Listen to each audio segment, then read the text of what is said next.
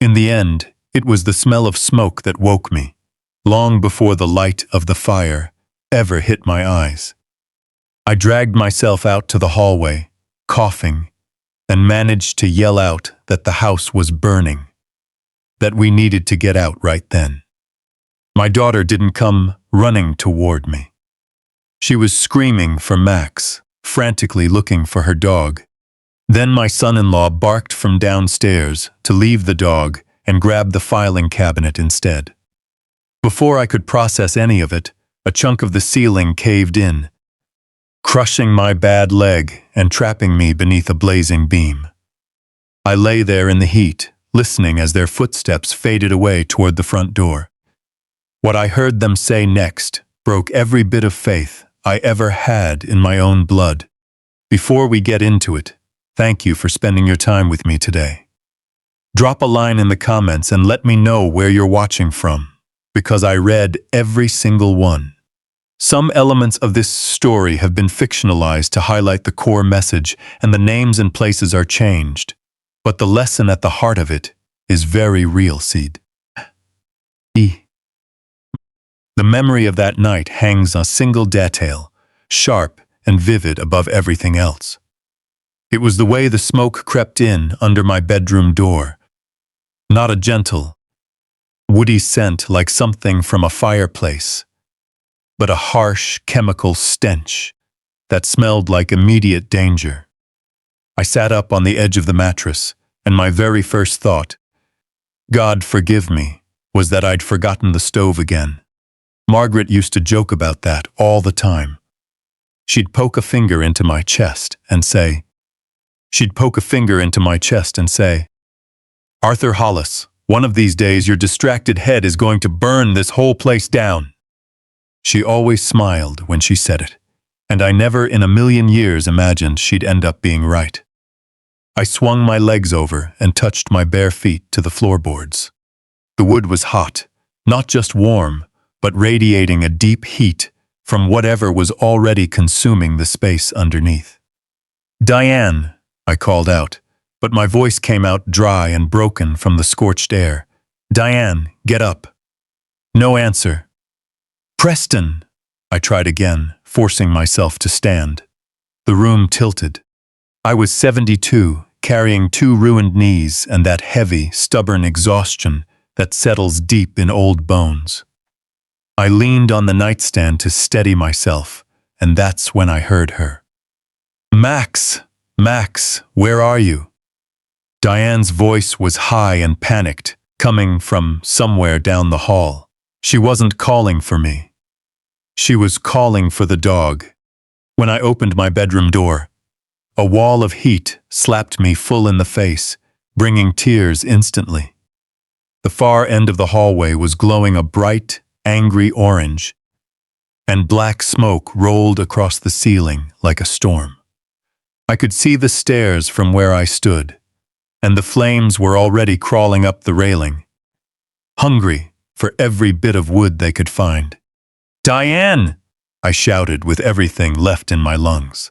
Diane, we have to go right now! Her voice came back to me, but she was moving away, heading straight down the stairs. Preston, I tried again. Preston, I need a hand, up here. The safe. Preston's voice roared from downstairs. The sharp, cold focus in his tone made my stomach turn. The filing cabinet. Grab the contract files first. I took 2 steps into the hall before the smoke hit my chest like a physical blow.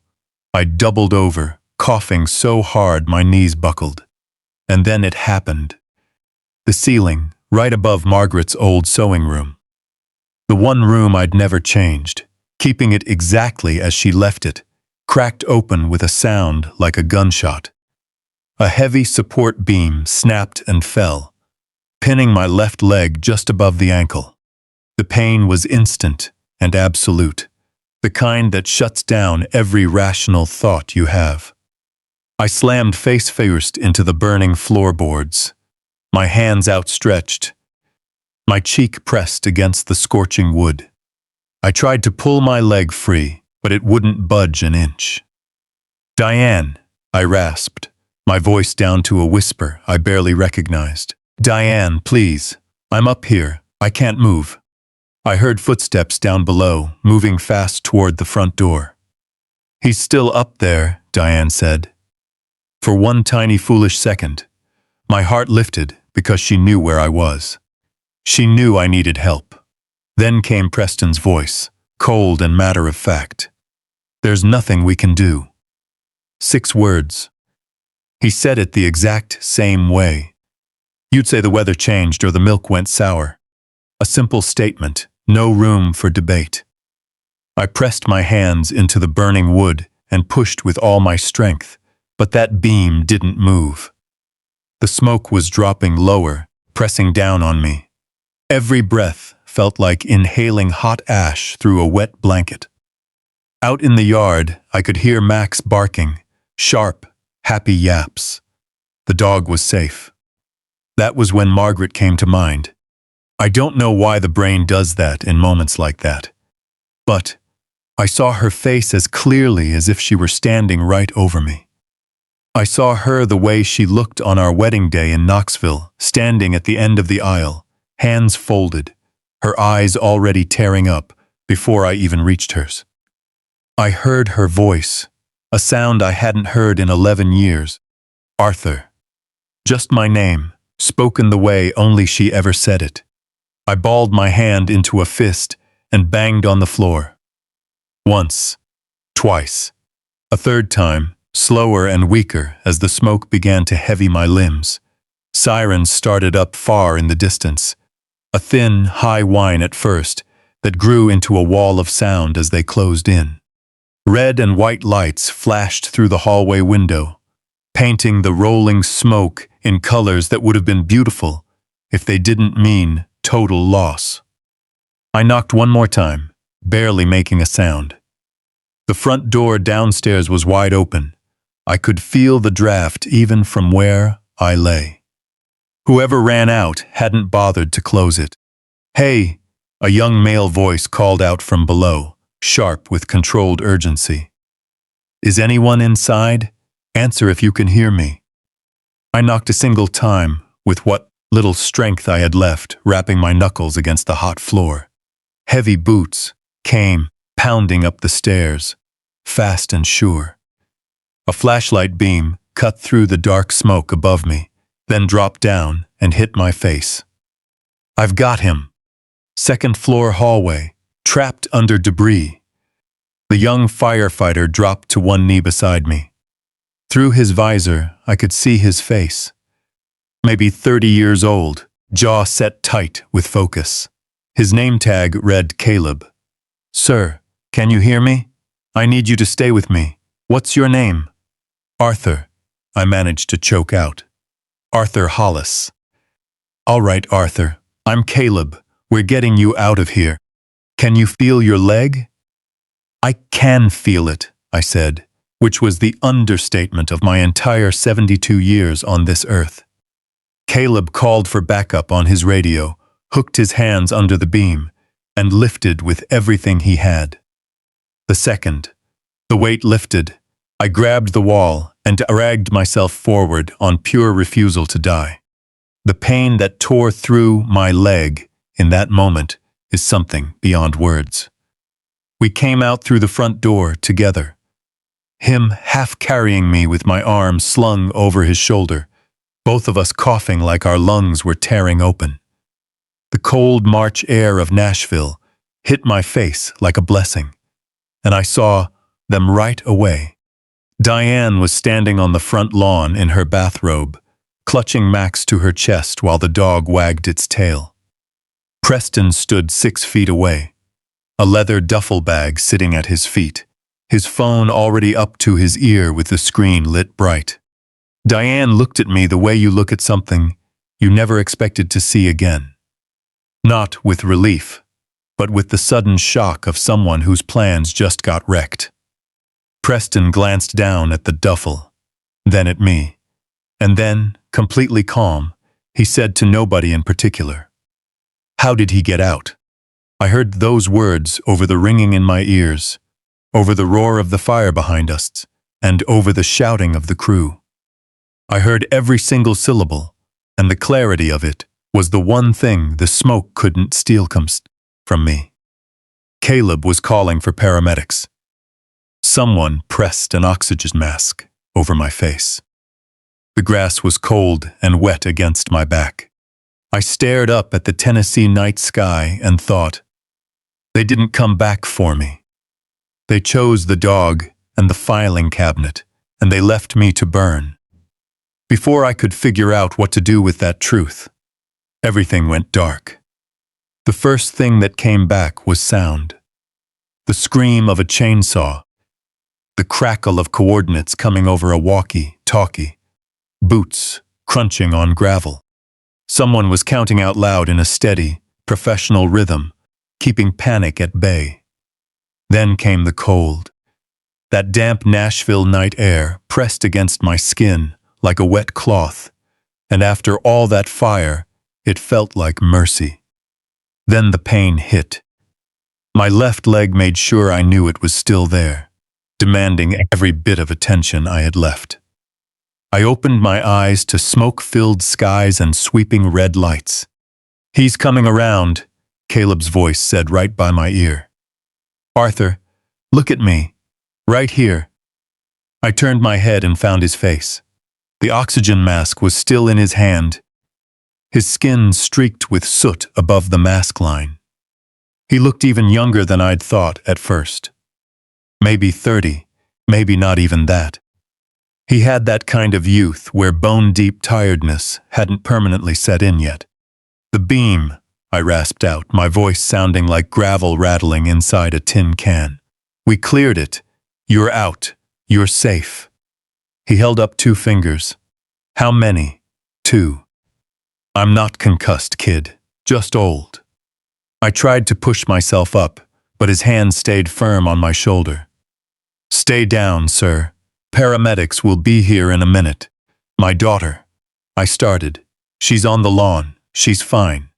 The way he said it made me look past him toward the front of the house. The crew was working the outer walls now, 2 hoses blasting the upstairs windows, which were shattering one by one in bursts of glass and dark smoke. Out on the lawn, standing behind an invisible line that bystanders naturally respect, Diane was still holding Max tight against her chest.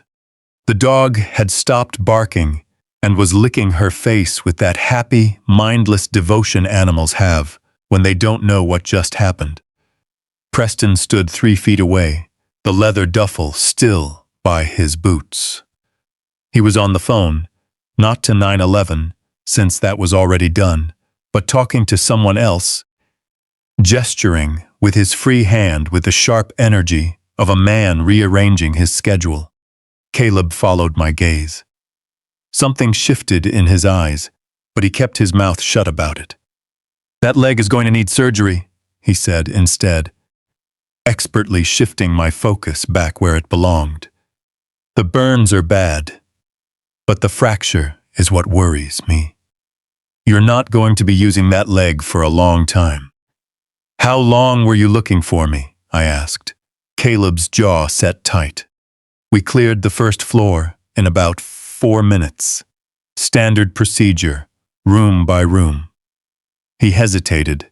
When I reached the bottom of the stairs, I heard the knocking. It was barely anything. If I'd turned right instead of left at the landing. He didn't finish the sentence. "How much time did I have left?" I asked. He met my eyes straight on. "Maybe 30 seconds. I let that sit right where it belonged. 30 seconds. The difference between my name on a tombstone and my name on an ER intake form was which way a young man decided to turn at the top of a staircase. "Your family," Caleb said carefully, choosing his words like he was stepping across slick ice. "They reported that you—" He stopped again. "Reported what?" He looked at me for a long moment, his face heavy with things he couldn't say. "They told the first unit on scene that the house was empty. Said everyone was already out." I heard the words, and I understood them completely. My brain filed them away with the same cold, mechanical efficiency it used for Preston's question on the lawn. And right then, I made a decision. Not a dramatic one. No big speeches. No loud anger. Just a quiet decision that settles into your bones and stays there forever. The paramedics arrived with the rattle of stretcher wheels and blue nitrile gloves. A woman with her hair pulled back grabbed my wrist to check my pulse while her partner started cutting away my pant leg to get to the burns. I turned my head away so I wouldn't have to look at what they were uncovering. I had enough on my mind without adding that to the pile. Across the lawn, Diane finally looked my way. Our eyes locked through the smoke, the flashing red lights, and 30 feet of wet grass. Her face went through a whole range of expressions in a split second. First shock, then a sudden shift to recalculating. It was the face of a person frantically rewriting a plan that just went sideways. She didn't run over. She didn't shout.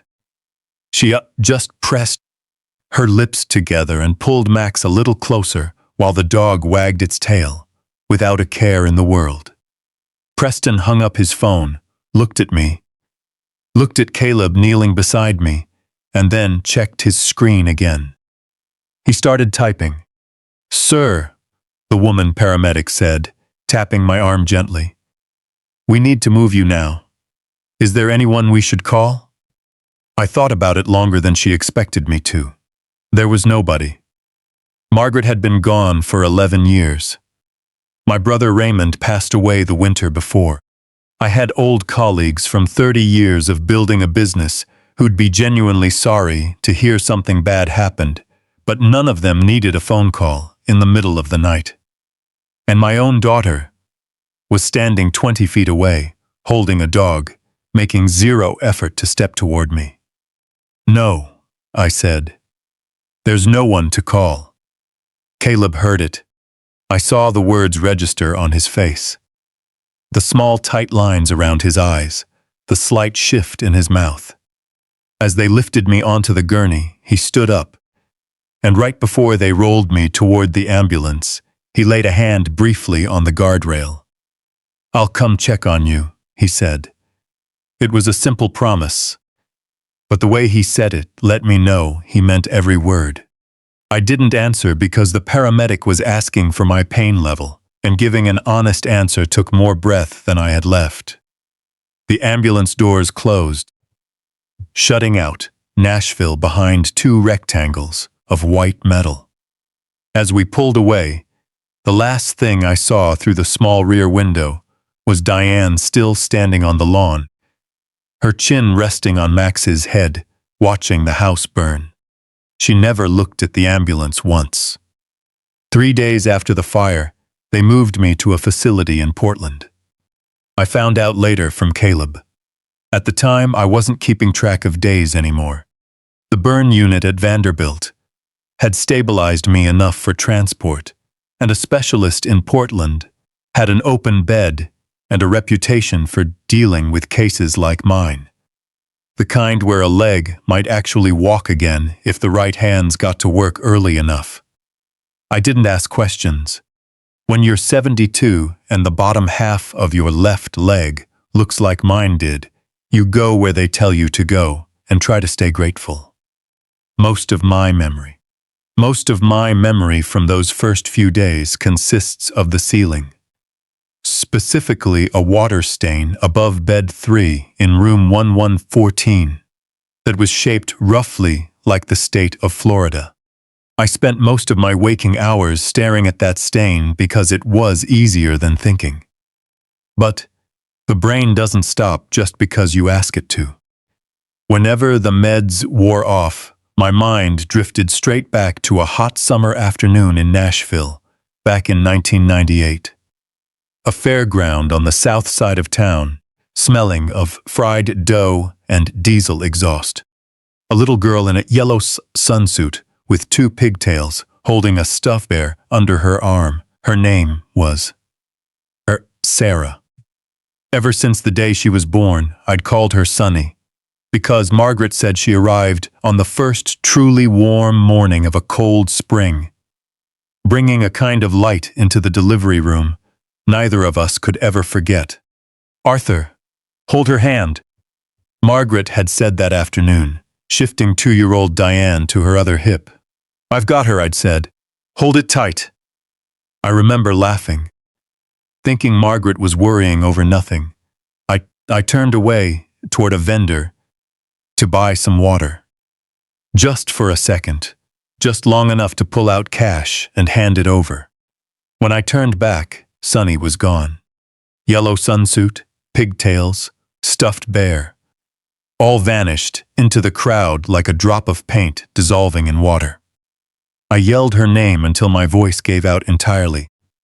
Margaret stood at the main exit gate, holding Diane for 6 straight hours, holding out hope that Sonny would wander back. But she never did. We filed the police report that night, put up missing posters for 2 full years, hired private investigators for 3. We held on to hope the way you grab onto something in a fast river, holding on until your arms give out. Margaret's arms gave out first. She didn't die all at once. She faded slowly over time. Grief took her appetite first, then her sleep, and finally her interest in anything that wasn't connected to Sonny. She'd sit right at the doorway of Sonny's bedroom. The room I kept untouched, with its yellow curtains, picture books, and wicker basket of hair ribbons. With her hands folded in her lap, waiting for something she knew deep down wasn't coming back. She passed away on a Thursday morning in February 2012. The death certificate listed pneumonia, but I knew the real reason. Some people just lose too much of themselves, and after that, they stop fighting off the ordinary things. I kept that room untouched for another 11 years while Diane grew up and eventually moved out. The house grew quieter and quieter until I was the only voice left inside it. Diane used to stand in that same doorway sometimes, but the look on her face was nothing like her mother's. She looked at that room like a person looks at a rival who stole something that belonged to them. "You loved her more than you love me," Diane told me when she was 17. "And you don't even know if she's alive." I didn't know what to say to her back then, and to be honest, I still don't. When the door to room 114 opened, I was thinking about Diane's face at 17. The man who walked in was tall, built broad from hard work rather than a gym. He had 2 paper coffee cups balanced carefully in his hands, walking with the slow focus of a man stepping onto thin ice. When he saw my eyes open, he stopped. "Morning," he said, looking surprised before a wave of relief crossed his face. "It's Caleb Reed. I don't know if you remember me." "You turned left at the landing," I said. A look that was half smile and half frown crossed his face. He set one of the coffee cups carefully on my bedside tray table, like it was the most important job in the world, and pulled up a chair without waiting for an invitation. "I had some leave saved up," he said simply. "Just wanted to make sure you made it here, all right." I stared at the young man who'd crossed 2 state lines on his own time for a total stranger. "You didn't have to do that," I told him. "No," he agreed. "I suppose not." He wrapped both hands around his cup. "Black coffee. Hope that's all right? Didn't know how you take it. Black is fine." I reached out for the cup. My hand was shaking badly, and he watched without saying a word until I had a solid grip on it. "Your wife come with you?" I asked. "Emma. And our daughter Lily, she's 8. A soft smile touched his face at his daughter's name, the kind of look parents give off without even realizing it. "Emma said nobody should have to sit in a hospital room alone if it can be helped." "Sounds like a good woman," I said. "Best person I know," Caleb said with absolute certainty, like he was stateside stating a simple fact. I looked up at the Florida-shaped stain on the ceiling. How long until I walk again? He paused for 2 seconds. 6 to 8 months for the bone to set right. Longer for the burns. 6 to 8 months, alone in a city where I didn't know a single soul. Is there anyone? He started to ask. No, I gave him the same answer I'd given the paramedics back on the lawn. There's nobody else.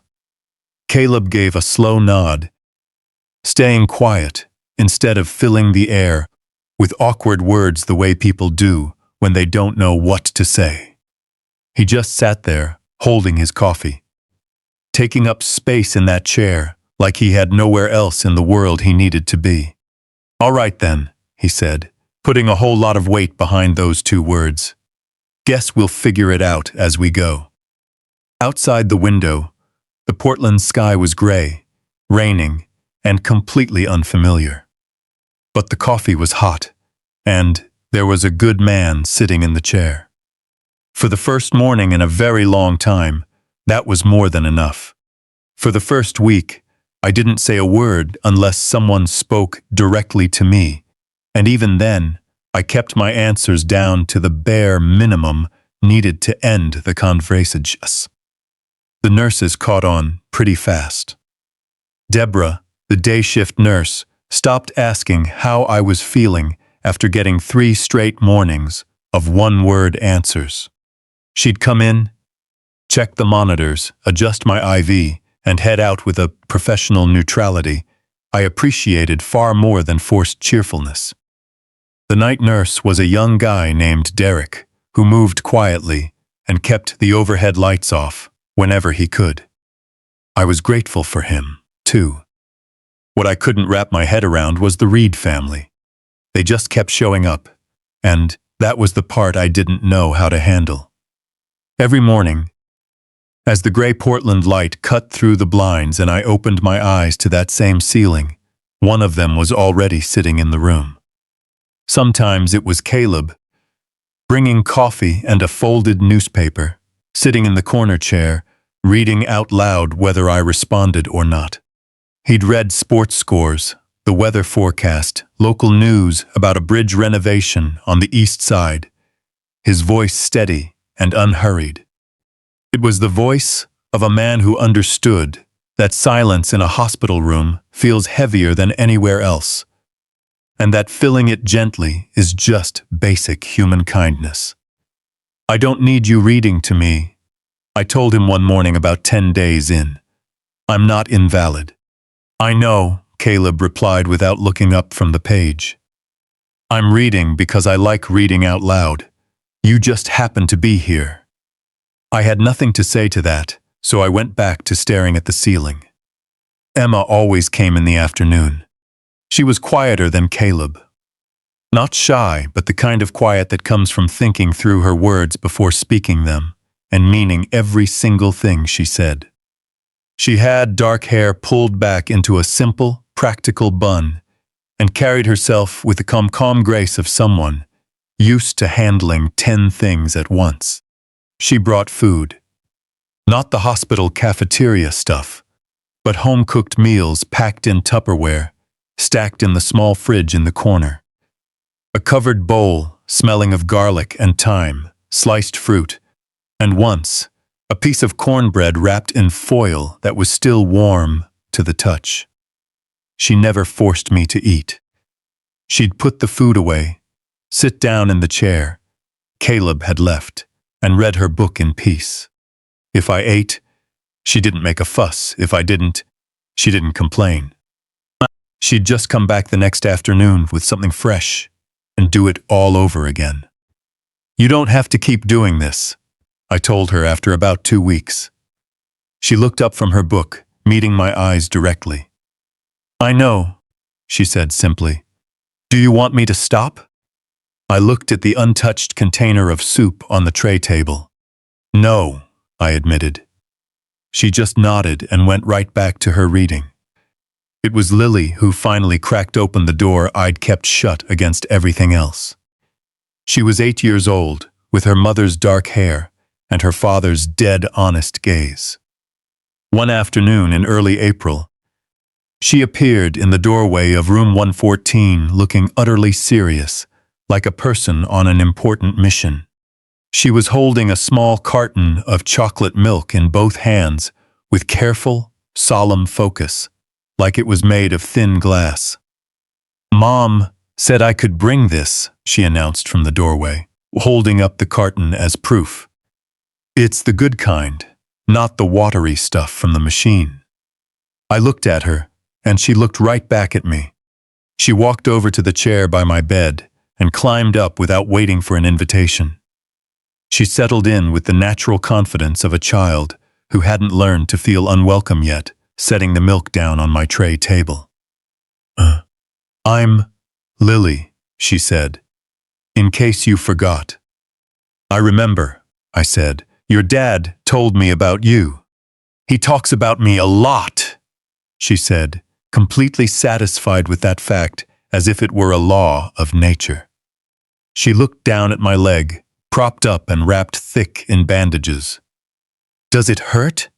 For 3 weeks, every adult who asked me that had used a soft, cautious voice, bracing themselves for the answer.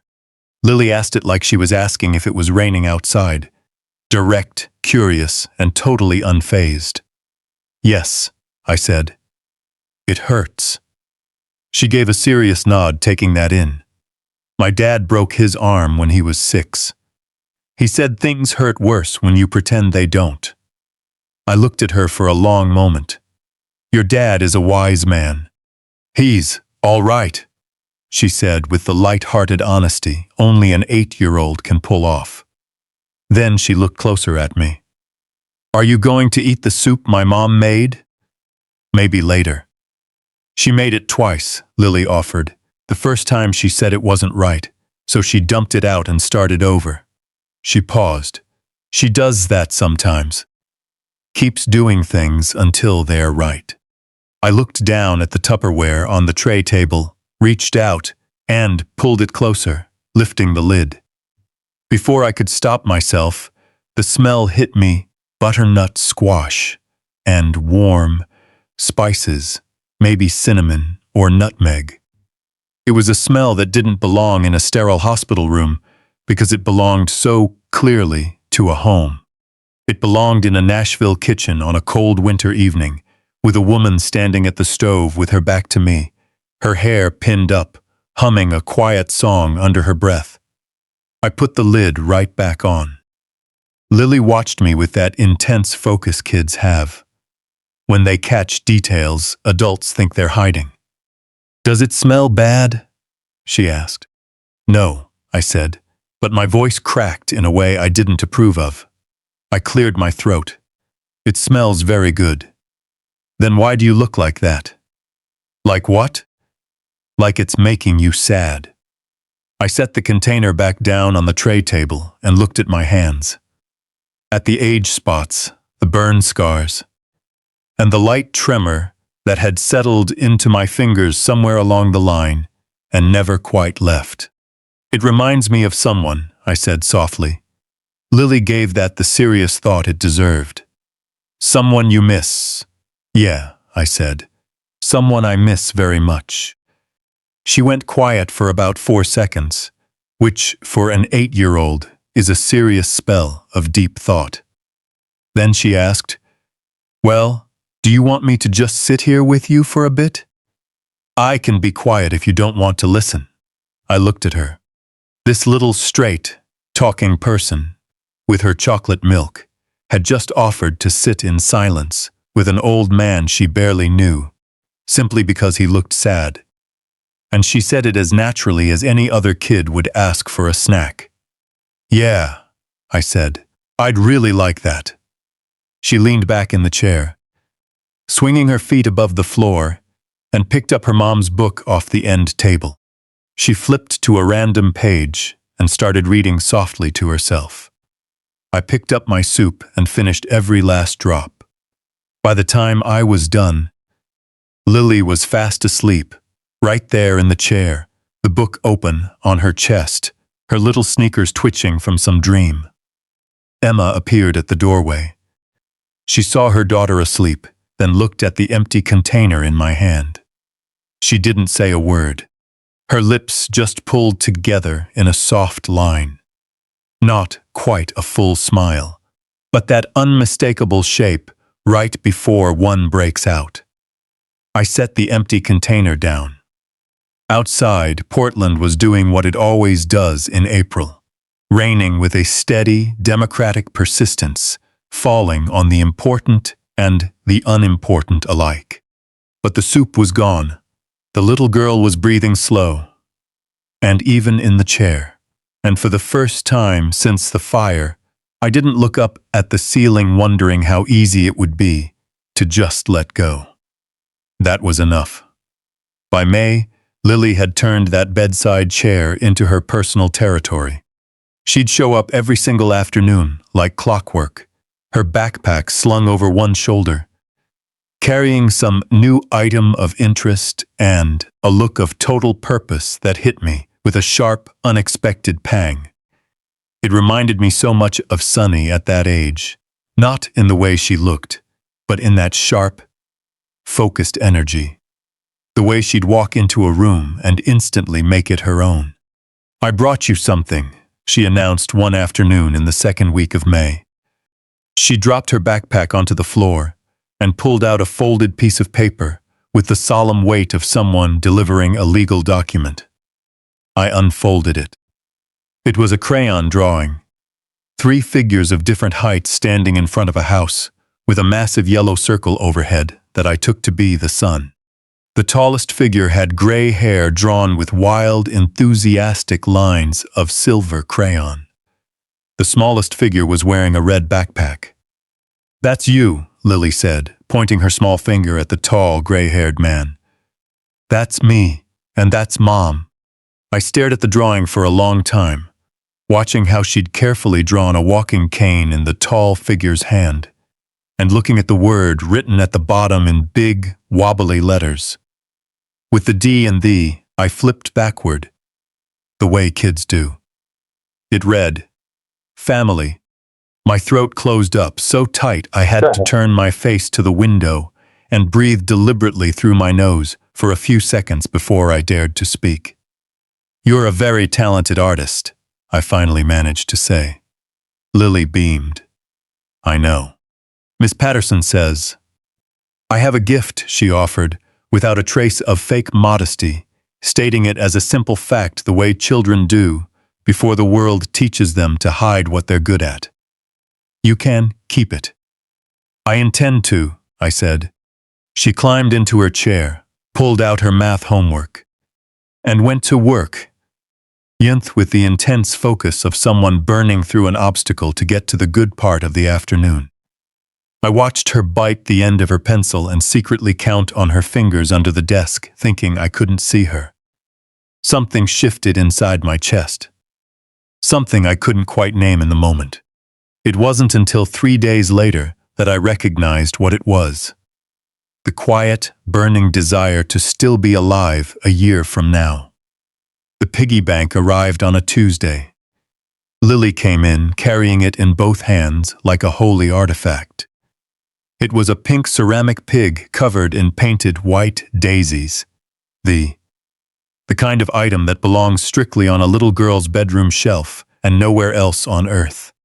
She set it down on my tray table with a heavy, decisive thud, the coins inside rattling against the ceramic.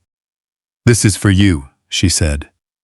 I looked at the pig, then up at her. "Lily, this is your." "It's mine," she interrupted firmly, cutting off my protest before it started. "Which means I can give it to whoever I want. And I want to give it to you. I can't take your savings, kiddo. It's not savings." She drew herself up with absolute seriousness. "Savings is money you keep for a thing. I already decided to give it to you, so now it's just money waiting to go where it belongs." I stared at the 8-year-old, her ceramic pig, and her ironclad logic. I felt a swell behind my eyes, but I refused to let it turn into tears. "What were you saving it for in the first place?" I asked. She gave a small shrug. Things. What kind of things? Another shrug. Doesn't matter. You need it more than I do right now. She nudged the pig an inch closer to me, as if settling the matter once and for all, then picked up a library book from the end table. I lifted the pig. It was heavier than I expected. I turned it over in my hands, listening to the coins clink inside, feeling an ache in my jaw that had nothing to do with my leg. Lily, I said. She looked up. Thank you. I stopped right there, knowing if I tried to say anything else, my voice would completely give out. She watched me with those direct, focused eyes for a second. Then she said, You're welcome, Grandpa Arthur, saying it with that same casual certainty, as if she'd been calling me that for years. The sting behind my eyes won out. I turned toward the window, not wanting her to see, but I wasn't fast enough. She saw, but she didn't say a word. It was the kindest thing anyone had done for me in months. She went back to her book. I stared out at the May sunshine pouring over Portland and let the tears fall, not wiping them away because both my hands were busy holding her piggy bank. Later that evening, after Caleb and Lily had gone home, Emma came back alone to gather up the Tupperware. She moved quietly around the room, then paused at the tray table, looking down at the ceramic pig, sitting beside my water glass. She brought that in, Emma said. It wasn't a question. Yeah. Emma pressed her lips together, her hands pausing on the container she was holding. I didn't know. She still had money in there. She told me she spent it on. She stopped and cleared her throat. She told me she spent it on something at school. She hid it from you so you wouldn't take it back, I said. Emma set the container down. She stood with her back to me for a moment, her shoulders tight. The stance of someone trying hard to keep a surge of emotion under wraps. I'll pay you back, she said, turning around. Once things settle down, every single cent. I'll make sure. Emma, I called her name, and she stopped talking. Don't. She looked at me with those steady, deep eyes that always seemed to be tracking far more than she let on. Leave the pig, I said. Put it back in her room tonight and don't tell her I said anything. Because if she finds out, she'll just bring it right back tomorrow, and we'll have to go through the whole debate again. Emma let out a breath that was half law, half sub, covering her mouth with the back of her hand for a second. When she dropped her hand, the corners of her eyes were glistening. Okay, she said softly. She picked up the container and walked toward the door, holding on to the frame for a moment before leaving. Lily starts piano lessons on Thursday, she said, without turning around. She loves it. First thing she asks when she gets home is if she can play a song for us. A short pause. I just thought you should know. She didn't wait to explain why she thought I should know. She just walked out. I sat there, holding the ceramic pig with the crayon, drawing on the table in front of me, and a quiet realization settled over me. Like water, finding its level. Someone had sacrificed something for me without being asked, and without expecting a single thing in return. Outside, the Portland night rolled in with complete indifference. But inside rooms 114, I made a promise to myself that I fully intended to keep. By August, I could walk to the window and back without holding on to a thing. That might not sound like much, but the first time I took those 12 steps without grabbing the wall, the IV pole, or Caleb's arm, I stood at the glass looking out over the Portland skyline and felt something I hadn't felt since before the fire. A small, private sense of quiet pride that didn't depend on anyone else. The physical therapist, Sandra, was a sharp, no-nonsense woman who didn't take excuses and didn't offer any.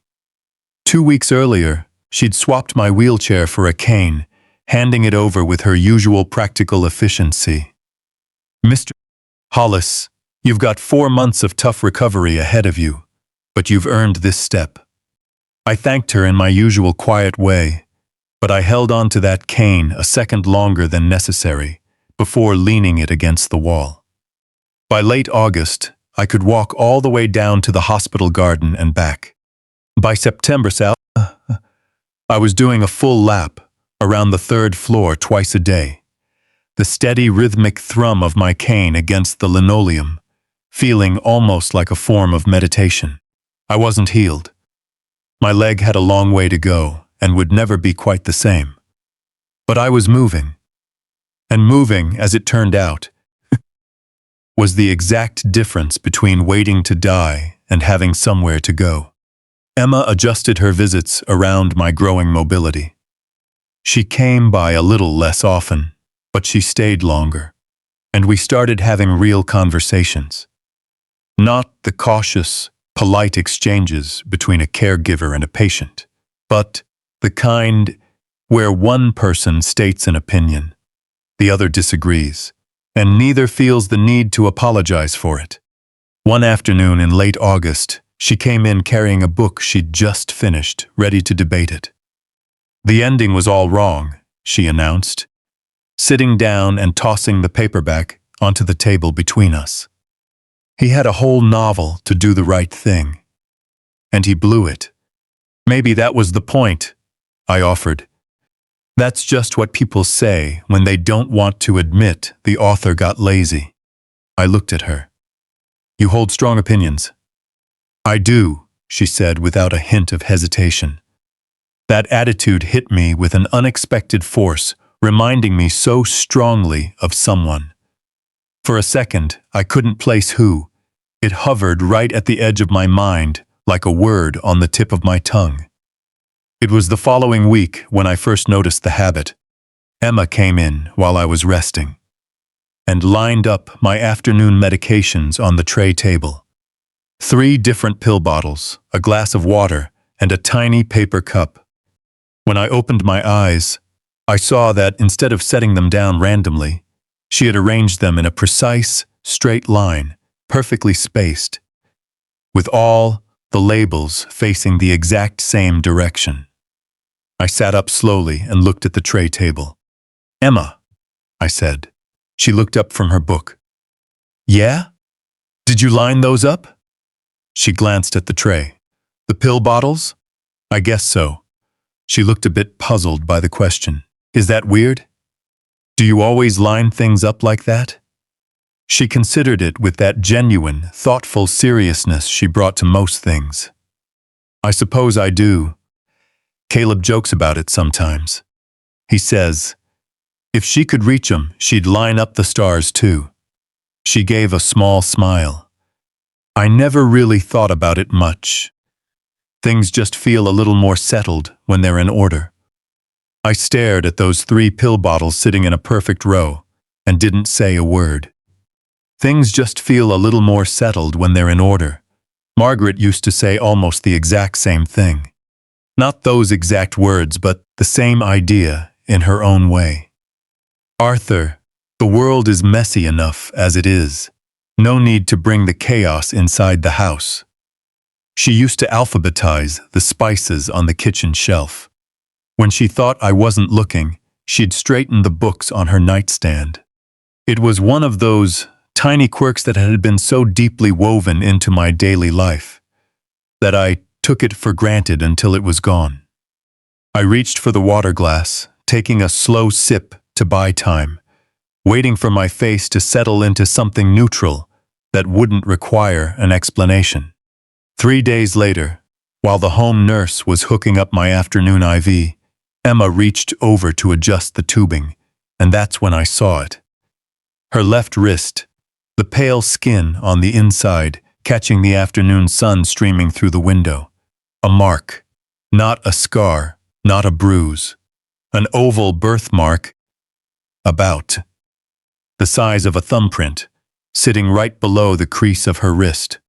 It was the exact same shape, and in the exact same spot as the mark I'd last seen 25 years ago on a 5-year-old girl in a yellow sunsuit. My heart didn't speed up. It stopped. There's a big difference. Emma, I said, my voice coming out deathly calm. That strange thing the body does when a crisis forces your brain to take total control. Your wrist. She looked down at her arm. This birthmark? I've had it my whole life.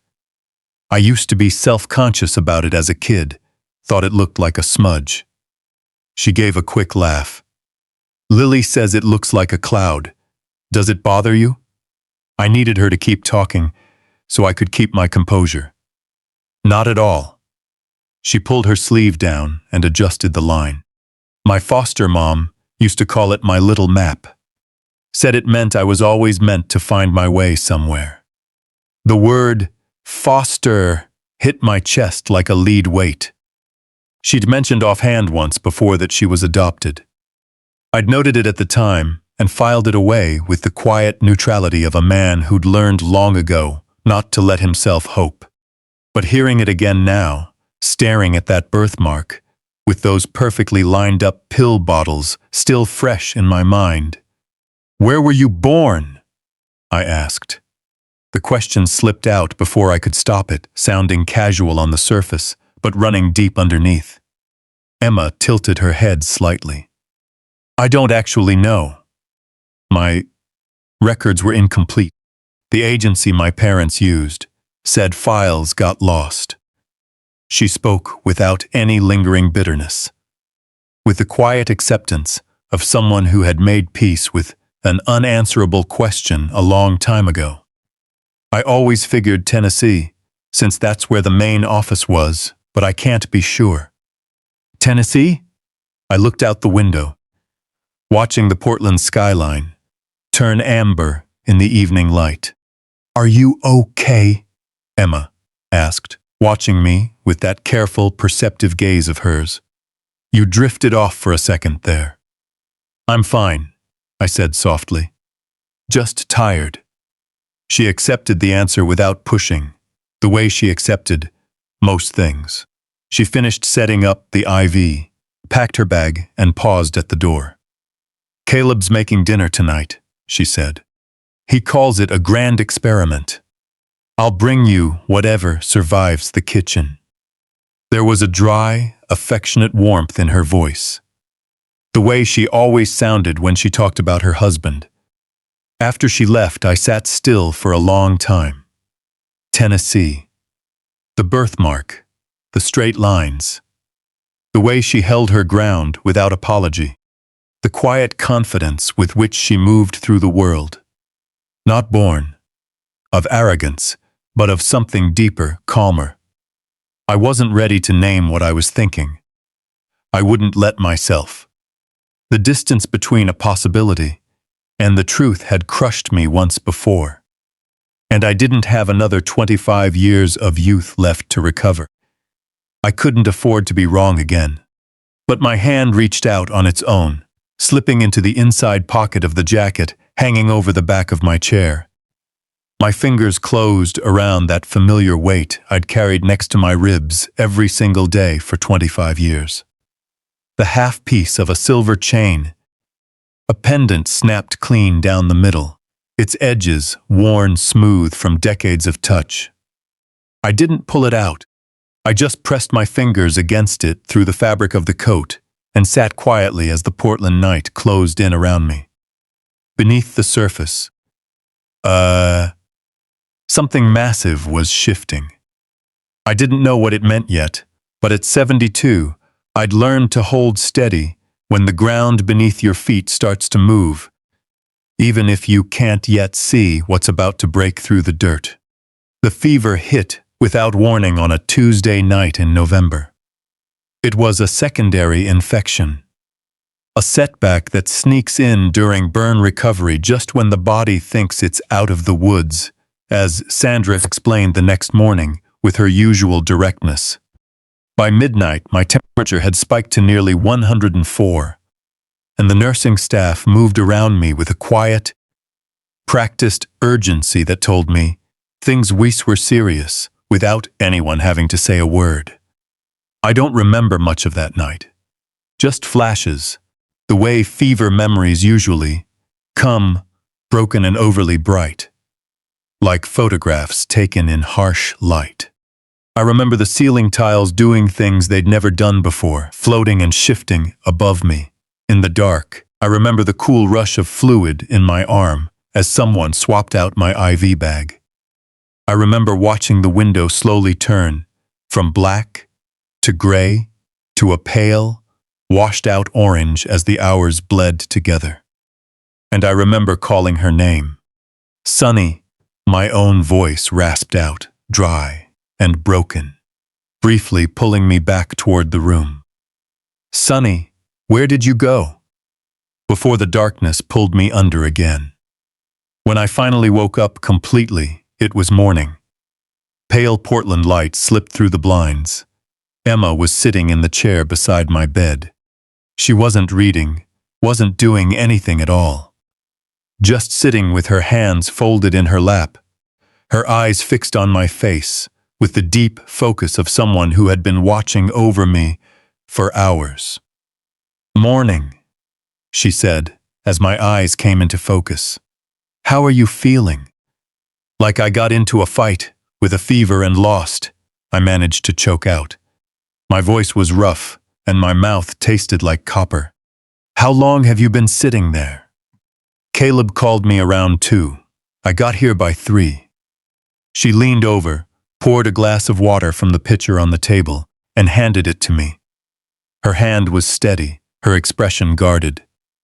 I drank the water and set the glass down. You should be at home. Maybe, she agreed. Her tone making it clear she'd weighed that option and tossed it out.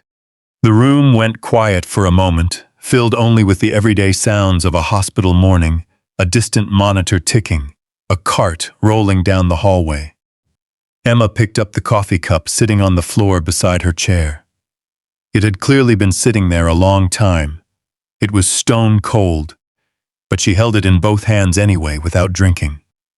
Who's Sunny? She asked. The question was quiet and direct. No preamble, no apology. Just like the way she asked most things. She looked at me with those deep eyes that never shied away from something hard. My chest tightened with a force I hadn't prepared for, deep down. I heard my own was coming. Known it from the moment I heard my own voice calling out in the dark. But knowing a blow is coming doesn't make it hurt any less when it lands. My daughter, I said. Emma's hands tightened around the cold paper cup. I didn't know you had a daughter. I used to have 2, I said softly. One I lost to the fire, and the other went missing at a fairground in Nashville, back in the summer of 1998. The silence that followed was heavy and thick. Emma didn't fill it with nervous noise or empty sympathy. She just sat with it, face to face, the way she handled most difficult things. She was 5 years old, I said, wearing a yellow sunsuit with 2 pigtails. She carried a stuffed bear everywhere she went. A brown bear with one ear that always flipped the wrong way, no matter how many times I fixed it for her. My voice was doing something I couldn't quite control. I turned away to buy some water. 2 minutes, maybe less. When I turned back around, she was gone. Emma pressed her lips into a thin line, her jaw tightening and releasing. Her name was Sarah, I said, but I called her Sunny from the day she was born. She came into the world on the very first warm morning of a cold spring. I paused, forcing myself to steady my breath. I never stopped looking for her, not once in 25 years. Emma stared down at the cold coffee in her hands for a long time. When she finally looked up, her eyes were wet, and her face had changed.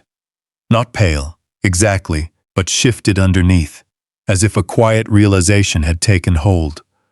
I'm so sorry, she said quietly. Arthur, I'm so sorry.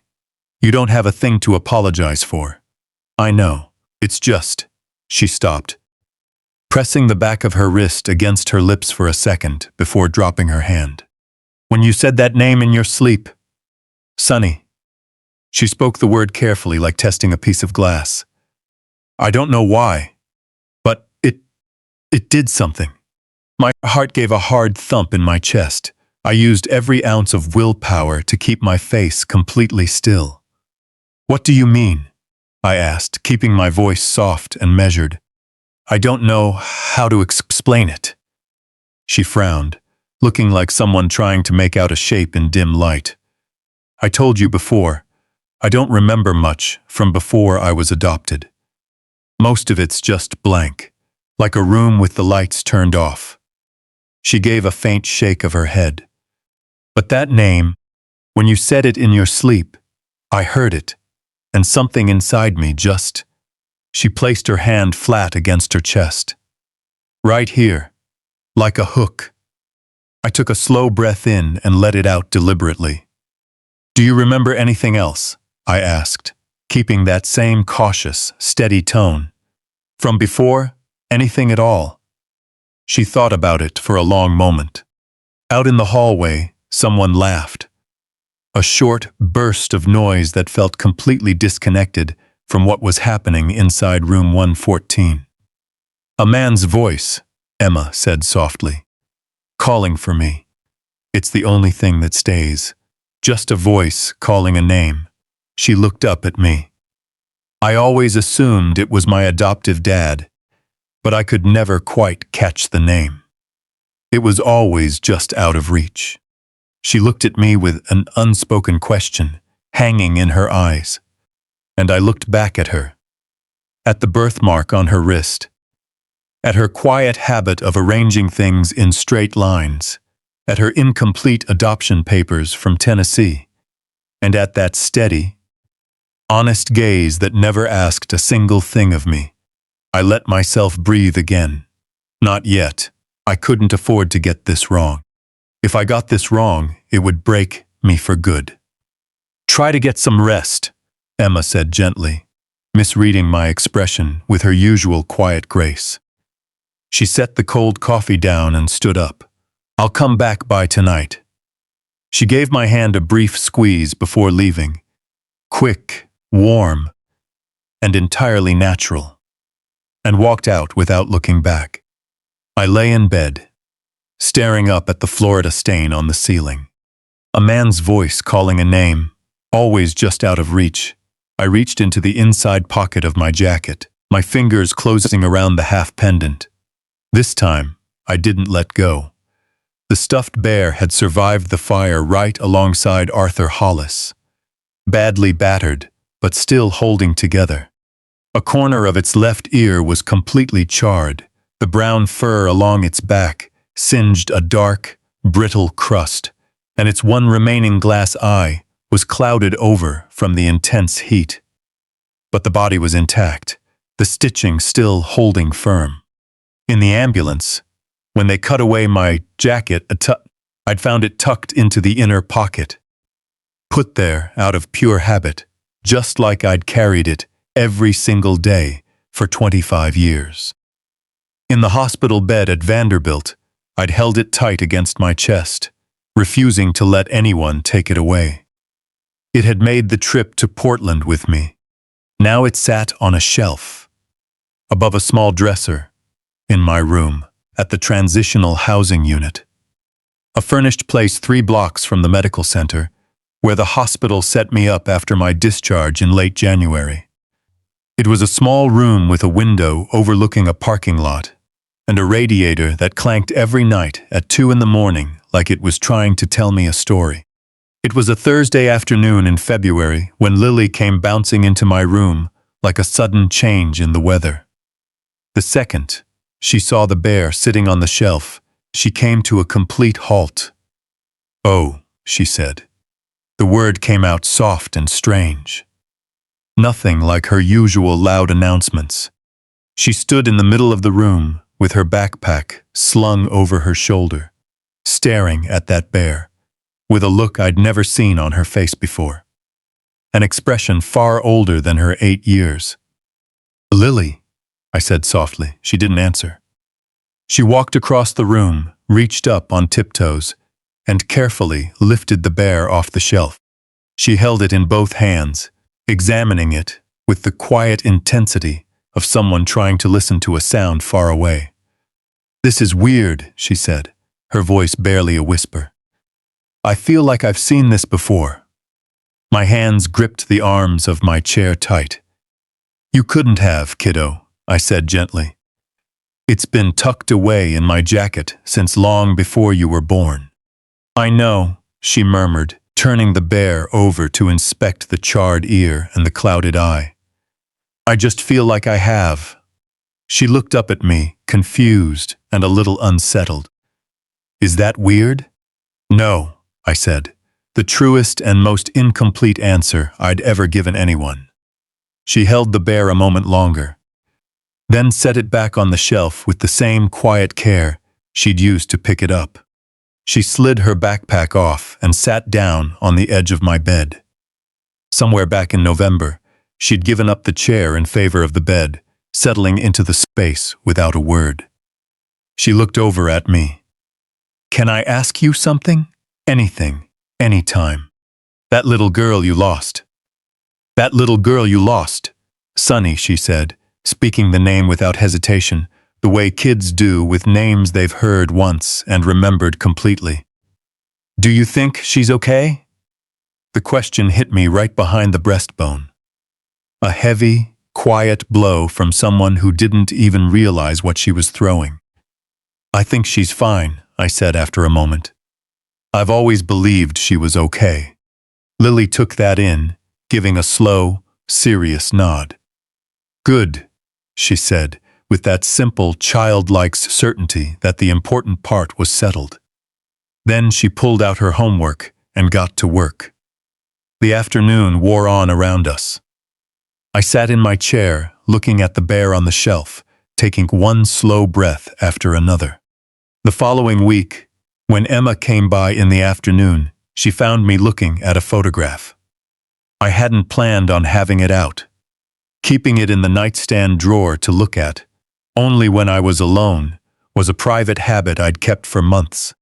But I was looking at a picture of Sunny, from her second birthday, sitting in her high chair, face covered in cake, arms thrown up in victory, and I hadn't heard Emma come in. When she saw what was in my hand, she stopped dead in her tracks. I watched the realization hit her face as she looked at that little girl, wearing that same yellow sunsuit even at 2 years old. An expression crossed her face that I couldn't quite read. "Can I see that?" she asked softly, holding out her hand. I passed the photo over. She stared at it for a long time, her breathing shifting into a strange, uneven rhythm, the way the body reacts to something before the mind can even process it. "Arthur," she said slowly. "Who is this?" "My daughter," I said softly. "Sunny. That was taken about 3 years before the fairground." Emma stared down at the picture. Then she did something that made the whole room feel suddenly very small. She raised her left hand and pressed her fingers against her own face, tracing a line I couldn't see from where I sat. "She has." Emma stopped, then started over. The way she smiles, a little higher on the left side than the right. She touched the corner of her own mouth. "I smile like that too." "I know," I whispered. Emma raised her head from the photograph, her eyes astonishingly bright. They weren't tearing up just yet, but they carried a razor-sharp, fierce intensity. The look of someone standing right at the edge of something monumental without knowing what it was. "Arthur," she whispered, her voice carefully measured. "What aren't you telling me?" I stared at her for a long time, taking in every detail. The birthmark on her wrist, the subtle lopsided smile, the dark hair, the steady, unflinching eyes, her quiet habit of arranging things in straight lines, and that butternut squash soup she'd cooked using a recipe nobody had ever taught her. I need you to go grab something for me, I said softly. The item you told me you've kept ever since before you were adopted. Emma froze for 3 full seconds. Then, without a word, she set the photo down on the table between us and left the room. She was back in 7 minutes. I counted everyone. A small cloth pouch sat in her palm. She stood at the doorway, watching me. I reached into the jacket pocket, draped over the back of my chair, and closed my hand around the half pendant. I extended my arm into the open space between us. She walked over, opened the pouch, and tipped its contents into her hand. A delicate silver chain, with a piece of silver snapped clean down the middle, its broken edges worn completely smooth. She held it up. I held up mine. The whole room went dead silent. The faint clanking of the radiator, the muted hum of the parking lot outside, the footsteps in the hallway. All of it faded into nothing. There were only 2 hands, 2 pieces of silver, and the dizzying, tiny distance left between them. Emma's hand began to shake. Her chin quivered as she fought to hold back the emotion breaking across her face. Put them together, I whispered. Her hand moved towards mine until her fingers brushed against mine. The 2 pieces of silver met at their fractured edges and locked into place. Not a rough match, not a close guess. They clicked together with the absolute precision of something that had always been one, spanning 25 years, 2,000 miles. And every single form of loss 2 people could endure before finding their way back. Emma let out a sound I will remember for the rest of my days. It wasn't a word, nor a name. It was a sound beyond language. It was a sound beyond language, rising from the places where the body carries a weight when the mind can no longer process it. Her knees buckled, and I caught her by the arm. We stood together in that small, furnished room overlooking a parking lot. 2 people holding a single piece of silver, while the world outside carried on with complete indifference. When did you know? She choked out, her voice broken and raw, her guard entirely gone. August, I said. The birthmark. The way you arrange things. That bowl of soup. My voice cracked on the last word, and I didn't bother to hide it. Your mother used to make the exact same soup. I never gave that recipe to a soul. Nobody else had it. Emma covered her mouth with her free hand, her shoulders heaving as a deep, shuddering sob tore through her. I kept telling myself I was wrong, I said softly. I kept telling myself I couldn't survive being wrong again. So I waited until I knew for certain. I looked down at the reassembled pendant in our hands, and I am so very certain. Sunny, she whispered. The single syllable came out with a fragile, quiet wonder, as if she were trying on a name she had always known belonged to her. It pierced straight through me in a way the fire never could.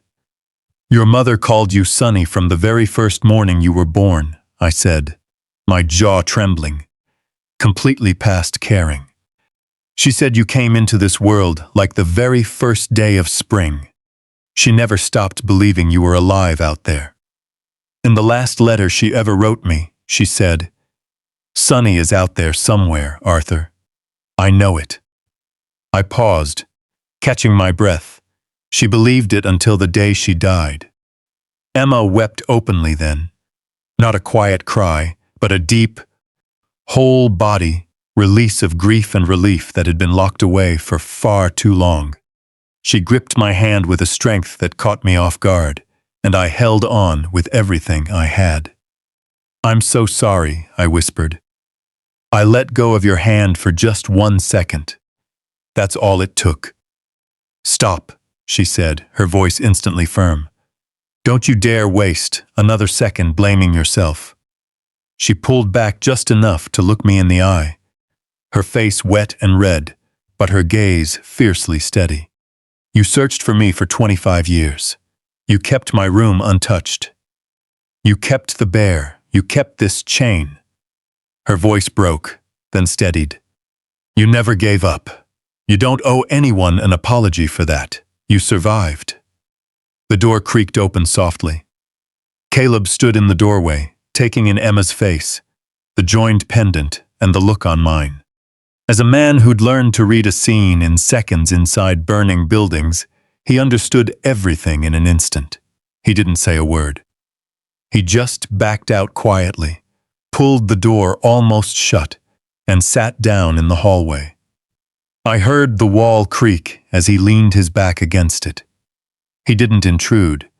He just stayed right there outside, keeping watch. Emma glanced toward the door, then back at me, letting out a breath that was half sob, half disbelieving laugh. That's Caleb for you, she whispered. I know, I said. We sat on the edge of the bed, a bit awkwardly, since neither of us felt steady enough to stand, and Emma rested her head against my shoulder while I kept my arm around her.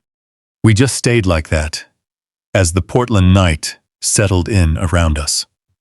She shared pieces of her life with me, faded childhood memories, growing up after the adoption, and the family that had raised her with genuine warmth, even if they could never quite fill the quiet void she'd carried inside. She described that subtle feeling of never fully fitting in, like a picture hanging just a fraction of a degree off-center. Then she spoke about the moment she met Caleb at 22, knowing right away he was the kind of man who would stay, and how much that meant to her, even if she couldn't explain why back then. I told her about Margaret, about the 11 long years that followed, and about building the company out of a sheer need to channel all that grief into something tangible. We talked until the room went completely dark, neither of us bothering to turn on a light. At one point, I heard Caleb shift out in the hallway and whisper into his phone, "She's okay. We're all okay. Tell Lily that Grandpa Arthur found what he lost." The next morning, Lily showed up at 7:15 sharp, carrying her chocolate milk and her crayon, drawing with the 3 figures, the yellow sun and the word family, at the bottom. She climbed right onto the bed between us, looked at Emma's red eyes, then at mine, and said in a matter-of-fact tone, "Did you both cry?" "We did," Emma said. "Good," Lily declared, leaning against the pillows and taking a sip of her milk. "Dad says crying just means something really matters." She handed me the carton to hold while she adjusted her pillow. I took it, looking at my daughter beside me and my granddaughter between us. In the pale Portland morning light, I thought about Margaret's letter, the yellow sunsuit, the stuffed bear, and the silver chain worn in 2 pieces for 25 years. She had known all along. Margaret always knew, and then I stopped looking back and just let myself be present, in the only moment that mattered. Now, before taking you back to Nashville, let me pause for a second to make sure you're still with me. What comes next covers what happened to Arthur's house, his company, and the room he preserved for 25 years. It isn't an easy listen. If you need to step away, now's the time. But if you're staying, let's keep going. I found out what happened to my home the same way I learned about most things over those 2 years in Portland, alone in the dark, staring at my phone screen. Carol Whitfield had been my neighbor for 19 years. At 78, she was sharp, practical, and carried that unique quality longtime neighbors develop after watching each other's lives unfold. She noticed everything, forgot nothing, and kept her mouth shut until keeping quiet risked her hurting someone she cared about. She called me 6 weeks after the fire. I'd given my number to Caleb to pass along, never really expecting anyone to use it. When Carol's name popped up on my screen on a Tuesday night at 8:30, I sat up in my hospital bed and pressed the phone to my ear so hard it left an imprint. Arthur Hollis, she said, cutting straight to the point. I knew you weren't dead, I told Dorothy next door. I said, that man is far too stubborn to go out in a house fire. My throat choked up. I sat there, breathing through my nose for 3 seconds before I could find my voice. Hello, Carol, I managed to say, and then she broke down. In 19 years of living next door, I'd never heard Carol Whitfield cry. That sound cracked open the careful composure I'd been holding on to. They held a memorial service for you, she said once she caught her breath. 2 weeks after the fire, Diane stood up there in a black dress, talking about what a devoted father you were. Her voice was totally flat, like someone listing facts she found personally offensive. She put on a real show with the tears, too. Half the neighborhood went. I didn't. She took a long breath. They moved in 11 days after that service, Arthur. Diane and that husband of hers. I watched the moving truck pull right up to your driveway. Watched them unload furniture at 10 in the morning, like they were moving into a place that had always belonged to them. I pressed my hand flat against the mattress, keeping dead silent. She cleared out all of Margaret's things, Carol continued. Box after box.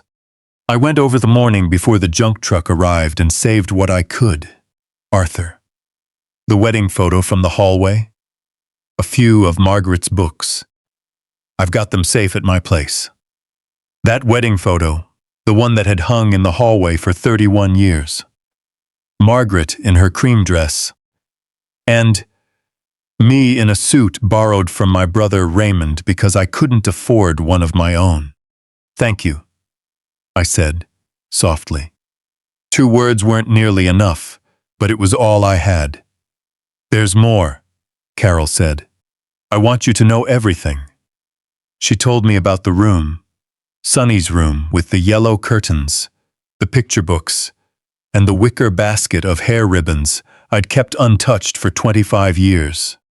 Diane had a crew repaint it pale gray within the very first month, telling Carol it was going to be a walk-in closet. My hand tightened around the phone until my knuckles went white. Carol then brought up the sign outside the company building. The business I'd poured 30 years into building. Starting from a rented office on Commercial Street with 2 employees and a second-hand copier. Preston had stripped the name Hollis off the building before the first quarter even ended, replacing it with Walsh Consolidated. As if I'd never existed. As if 30 years of my life were just a placeholder waiting for his name. He went on the local business show, Carol said. Channel 4. Talking about how he saved the company, records the night of the fire. He claimed. She paused, and I could hear her fighting back her anger. He claimed it was what you would have wanted. What about Diane? I asked. She went on the same show 2 weeks later. Carol's voice turned cold. She talked about you, telling everyone you pushed her toward the exit before the beam fell. That you sacrificed yourself for your family. Silence stretched over the line for 4 heavy seconds. She actually said that? I whispered. On camera, wiping away tears, Carol said, her voice dry as dust. Arthur, I've got the recording if you need it. Keep it, I said. Keep every single thing. I heard her let out a long, slow breath of pure relief. I was hoping you'd say that, she murmured. Before we hung up, she dropped one last piece of news. Preston had published a short book, available at the Barnes & Noble on West End Avenue, titled Rebuilding Our Nights. Leadership Lessons from Crisis. On the cover was a photo of Preston in a dark suit, staring thoughtfully off into the distance. I asked Carol to buy a copy and mail it to Portland. It arrived 10 days later, and I read the whole thing in one sitting. Preston had penned 4,000 words on the importance of decisive action under pressure and protecting what matters most when everything is on fire. He dedicated the book to the memory of Desmond Arthur Hollis, beloved father and family patriarch, whose sacrifice inspired this work. My name, printed in the acknowledgments of a book, written by a man who had grabbed a filing cabinet and run for the door. I placed the book on the shelf right next to the stuffed bear. Then I picked up my phone and called Emma. She answered on the second ring. "I need to ask you something," I said.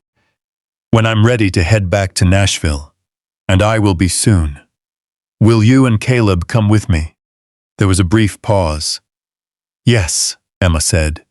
No hesitation, no questions asked. Just yes. "I have a few things to put in order before I can do what needs to be done," I told her. "It's going to take time, maybe months. I need patience, and that's never come naturally to me." "I know," she said, and I could hear the gentle warmth in her voice that meant she was smiling. "But you carried half a silver chain in your pocket for 25 years. I think you know a thing or two about waiting for what matters." I looked at the book on the shelf next to that singed bear. "Get some sleep," I told her softly. "We've got work to do. I'm no lawyer, and I want to make that clear up front. What I did over the next 4 months wasn't some grand legal strategy. It was the methodical work of an old man with a very specific grievance and plenty of time on his hands, a combination that can be dangerous. Caleb helped out without asking too many questions, which told me he'd already pieced together most of the picture himself. He drove me around, placed calls to folks who were far more likely to talk to a former firefighter than an unfamiliar old man, and sat beside me in waiting rooms, reading old magazines with the quiet patience of someone who understood that some of life's most critical moments happen while waiting. We started at the fire department. The Nashville Fire Department logs an incident report for every call, and under Tennessee law, those reports are public record. Caleb knew the ins and outs because he worked within the same system up in Portland. He walked me through the process, filing a standard public records request, which gave the department 10 business days to respond. The report finally came through 14 days later. 4 days late, but I was hardly in a position to complain about bureaucratic delays. It confirmed the core facts. The call came in at 11:47 p.m., units arrived by 11:59 p.m., and a civilian was pulled from the second-floor hallway by firefighter Caleb Reed at 12:04 a.m. The report also noted, in that dry administrative tone reserved for unusual details, 2 additional civilians had self-evacuated prior to department arrival and were located on the front lawn upon unit response, as if they'd simply made a sensible choice under tough circumstances. I read those words 3 times over, then set the report down and asked Caleb if he'd be willing to write a supplemental statement. Not for the department, but for my own records. About what I saw when I walked out, he asked. It wasn't really a question. About what you saw, I confirmed. He wrote 4 single-spaced pages, using the precise, measured language of a trained first responder to detail exactly what he observed on the front lawn of my home at 12:04 a.m. on March 9, 2023. He noted the positions of the 2 civilians, described what each was carrying, pointed out that neither made any effort to move toward the building when he brought me out, and documented the exact words he heard Preston speak. He handed the statement to me, without reading it out loud. He just passed the papers across the kitchen table, the table in the small apartment we'd all moved into together in July 2024. The transitional housing. The transitional had only ever been temporary, and one evening Emma simply announced, that the permanent arrangement was going to be all of us under one roof. I didn't argue. The footage came from two distinct sources. Carol had a doorbell camera her grandson had insisted on installing 2 years earlier, which captured part of my front lawn. The video from the night of the fire, rendered in that harsh clarity unique to low-resolution night vision, showed the exact moment Diane walked out the front door, clutching Max to her chest, followed 30 seconds later by Preston carrying the duffel bag. The camera kept recording for 11 minutes, and in all that time, neither of them took a single step back toward the house. The second source was from the fire department itself. The dash cam on truck 14, which recorded their arrival. Caleb filed an official request through department channels, citing his direct involvement in the rescue. It took 6 weeks and 2 follow-up calls. But we got it.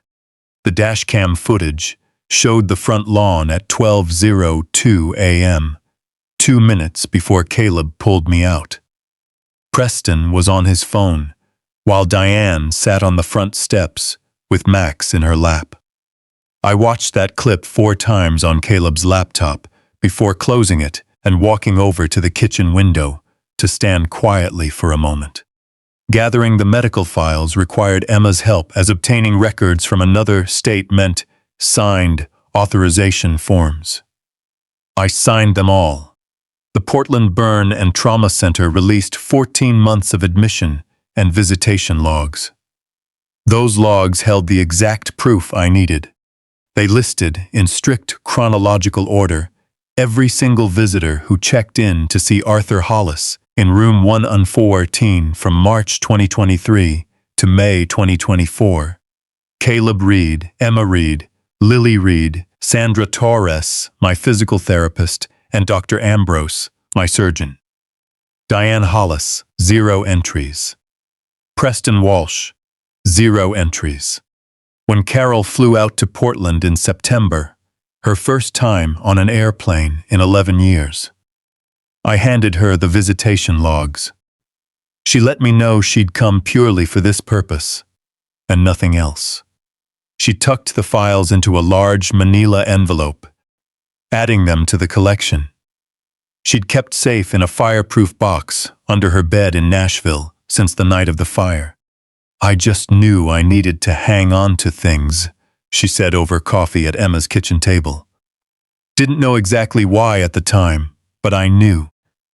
Lily was doing her homework at the far end of the table, sizing Carol up with that direct gaze she gave every newcomer. "Are you Grandpa Arthur's friend?" "Friend of 19 years, Carol replied. Lily thought about that. "That's a long time," she noted, going back to her work. "You can stay for dinner if you want." Carol looked over at me from the rim of her mug with an expression that was almost sentimental for her. "You've got good people around you, Arthur," she said softly. "I know," I said. By October, a 4-inch thick binder sat on my kitchen shelf, right alongside Preston's book and the scorched bear. Incident reports, supplemental statements, dash cam footage on encrypted drives, visitation logs, the evidence Carol had gathered in Nashville, and Caleb's written account. Everything documented, everything dated, everything undeniably real. I picked up the foil-stamped invitation that had arrived 2 weeks prior, printed on heavy, cream-colored cardstock that practically oozed expense, and read it for what must have been the 30th time. "You are cordially invited to celebrate the 25th anniversary of Walsh Consolidated, formerly Hollis Building and Development. A night of honor and renewal. The Grand Ballroom at the Omni Nashville Hotel, March 15, 2025. I placed it right on top of the binder. 5 months. I had 5 months left to wait. And at 73, with a scarred leg and a 4-inch binder full of truth, I knew that 5 months was nothing at all. I had waited 25 years for Sonny. 5 months was a walk in the park. October in Nashville carries a distinct smell, a mix of cooling asphalt and the lingering summer humidity finally giving up. I had forgotten that scent, or maybe I just hadn't let myself remember it. There is a specific quality to the autumn air in Tennessee, balanced right between relief and surrender, like a long-held breath finally being released. On October 15th, I stepped off the plane at Nashville International Airport, carrying my cane, a small overnight bag, and that 4-inch binder tucked inside a leather briefcase. The air hit me like something I'd been keeping at arm's length for 19 long months. Carol met me in the arrivals area. She'd wanted to make a welcome sign, but I firmly told her that wasn't necessary. So she compromised by wearing a bright yellow cardigan you could spot from 30 feet away. "You look thinner," she remarked as I walked up to her. "And you haven't changed a bit," I said, which is either a compliment or an insult, but I'll let you decide. She took my briefcase without asking and led the way to the parking lot with the sharp efficiency of a woman who had waited 19 months to be useful and intended to make every second count. She'd tracked down a furnished, one-bedroom apartment for me on Demonbrun Street, 3rd floor, with windows facing west toward the city skyline rather than east toward my old neighborhood. I had been very specific about that detail. I wasn't ready to look at my old house just yet. The corner booth at a faux cafe in Hillsborough Village became my makeshift office. I arrived at 7:30 a.m. every morning without fail, and by the 3rd day, the staff knew my routine by heart. Black coffee, no food, 1 refill, and the corner booth by the window, if it was open. Since nobody was fully operating at 7:30, that booth was always waiting for me. I'd sit there with the Nashville Business Journal and a legal pad, scribbling notes in the margins, a habit the waitress found quirky, though she never questioned it. Walsh Consolidated was housed in a building on Commercial Street, just 3 blocks down from the cafe. When the morning light hit just right, I could see the entrance straight from my booth. The new sign was exactly as Carol had described: brushed steel, lettering in a sleek, modern font, without a trace of the shade, without a trace of the name I'd paid to have painted on that building back in 1994. With a check that represented most of the savings Margaret and I had scraped together in our first decade of marriage. I spent 2 full weeks watching that building before taking a single step forward. I watched Preston pull up every morning at 8:50 a.m. sharp. Never 9, never 8:45, always 8:50. With the performative precision of a man eager to look punctual without ever actually being early. He drove a car that cost more than half his employees made in a year, and he never held the door for anyone. I watched Diane arrive 40 minutes later in her own car, sporting a new, shorter haircut styled with sharp angles. The kind of cut that signals a woman has decided she's the one in charge now. She greeted the receptionist by name, but never stopped to chat, heading straight for the elevators. On the 4th Wednesday of October, I walked into the building, not into Walsh Consolidated itself, but into the main lobby, which functioned as a shared commercial space. I took a seat in a leather armchair beside the elevator bank and spent 25 minutes quietly reading the paper. During that time, 3 of my former employees passed right through the lobby. The first 2 didn't recognize me. I was thinner now, leaned on a cane, and didn't bother shaving with the same meticulous care I used to. But the third, a project manager named Gerald, who had worked for me for 11 years, stopped dead in his tracks and stared. I gave him the smallest shake of my head. Gerald's face flashed through about 6 different emotions in 2 seconds flat, before he gave a firm nod, looked away, and kept walking toward the elevators without breaking stride. I called him that very evening. She fired half the veteran staff within the first 6 months, Gerald said, keeping his voice low, even though he was safe at home. The ones who stayed learned not to ask questions. The ones who left had to sign NDAs. Non-disclosure agreements her lawyers drew up before she even handed out the severance packages. Non-disclosure agreements slapped onto employees of a company that was never hers to begin with. "Did you sign one?" I asked. "She logged my exit as a resignation," Gerald replied. "Told me I could step down or get let go for performance issues. So I walked." He paused. "I didn't sign a thing." "Good," I said softly. Over the next 3 weeks, I met with Gerald twice more, once at the Faux Cafe and once at a quiet diner down on Nolensville Pike, well away from anyone on Commercial Street.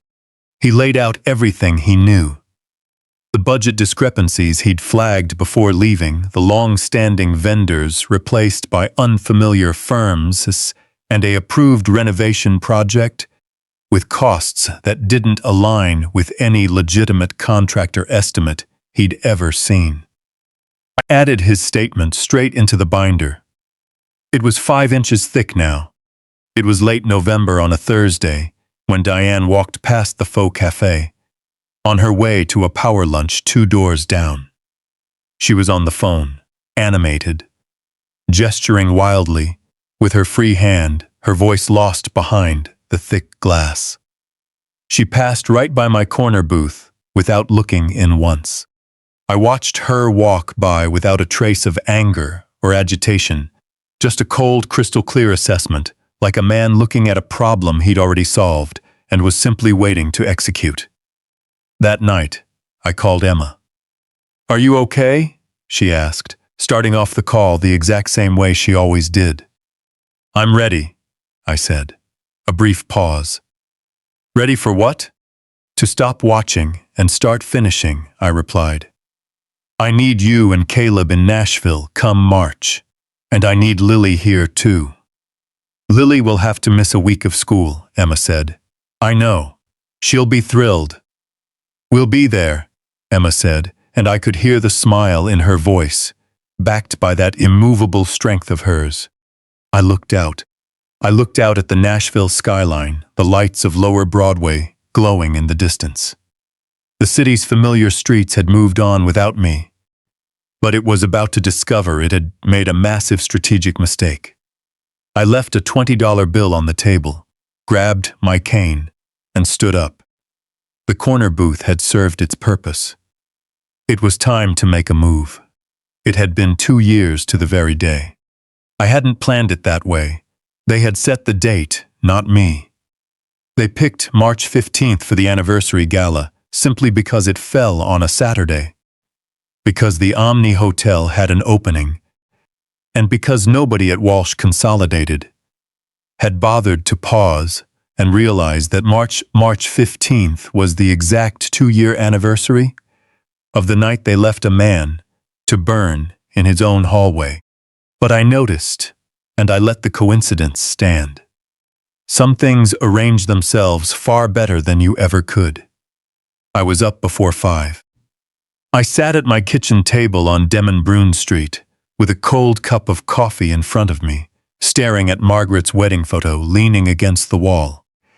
Carol had brought it back from Portland when she flew home in September, having polished the frame until it shone. It sat on my table most mornings, but on this particular day, I angled it just right so the morning light hit the silver frame, bringing Margaret's face into sharp focus.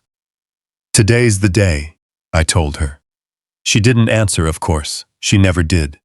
But the look on her face in that picture, taken right before the ceremony, as she spotted me at the end of the aisle, was that private smile reserved only for me. And this morning, for some foolish reason, It felt like a silent green light. Emma and Caleb had driven down from Portland 3 days earlier. They were staying at Carol's, an unprompted offer she had arranged with meticulous care. Lily had her own room, complete with a pink ceramic piggy bank. Carol had somehow conjured up for her nightstand. The three of them arrived at my apartment at 8 sharp. Lily walked in first, took one look at me in my vest and crisp dress shirt, and said, "Grandpa Arthur, you look fancy. You combed your hair different." "I did," I said. "It looks good," she declared, speaking with the absolute authority of an 8-year-old who holds the final vote on such matters. Caleb came in and shook my hand, a firm, steady grip that communicated far more than any words could. "How are you feeling?" he asked quietly. "Ask me again tonight," I replied. Emma was the last to step inside. She stood in the doorway for a second, watching me with those deep, steady eyes of hers. Her jaw was set tight, a subtle signal I'd come to recognize whenever Emma Reed was preparing for something hard. She walked across the room and threw her arms around me, holding on tight. "Margaret would be here if she could," she whispered against my shoulder. My throat tightened up. "She is here," I managed to say. Carol arrived at 8:30, carrying the leather binder she had bought specifically for the occasion, housing a 6-inch thick stack of evidence. She placed it on the table beside Margaret's photo and smoothed down the front of her dress. "Ready?" she asked. I grabbed cane, picked up the binder, and looked around the room at the 4 people standing with me. The neighbor who had saved my wedding photo, the firefighter who had turned left at the landing, my long-lost daughter, and the granddaughter who had brought my will to live back, 1 carton of chocolate milk at a time. "Ready," I said. The grand ballroom at the Omni Nashville Hotel was every bit as grand as I remembered. I'd been inside 20 years prior for a commercial development award, back when I carried a quiet pride that Margaret teased me about for weeks after. High ceilings, chandeliers that cost more than most cars, and room for 300 people. And tonight, every single seat was filled. We slipped in through the service entrance at 7:15, bypassing the main check-in desk while staff were occupied with the first wave of guests. A young event staffer named Derek, whom Carol had briefed through a contact in management, guided us behind the heavy main curtain near the backstage area. From there, I had a clear view of the entire room. I could see the tables with gold centerpieces, every napkin and program stamped with the Walsh Consolidated emblem. A slideshow of company milestones rolled across a projection screen, and up front sat a stage with a podium, 2 chairs, and a massive white and gold floral arrangement. And then I saw Diane. She was standing near the main entrance in a deep crimson evening gown, moving through the crowd with the practiced grace of someone who had spent 2 years perfecting a role. She shook hands, laughed at all the right moments, and touched people's arms as she spoke. A carefully calculated warmth designed to project connection rather than feel it. Preston stood 10 feet away with a glass of champagne, talking to 2 men in dark suits who looked like investors. Lily stood beside me behind the curtain, slipping her small hand into mine without a word. "Are you nervous?" she whispered. "No," I said, and it was the honest truth. I had been nervous for 2 years. That anxiety had burned itself out back in February, leaving behind a cold, clear focus. "Good," Lily whispered, giving my hand a quick squeeze before letting go. She knew I needed both hands free. The lights in the ballroom dimmed slightly. An MC in a dark suit walked up to the podium, tapped the microphone. and waited for the room to settle. Ladies and gentlemen, his voice boomed through the speakers.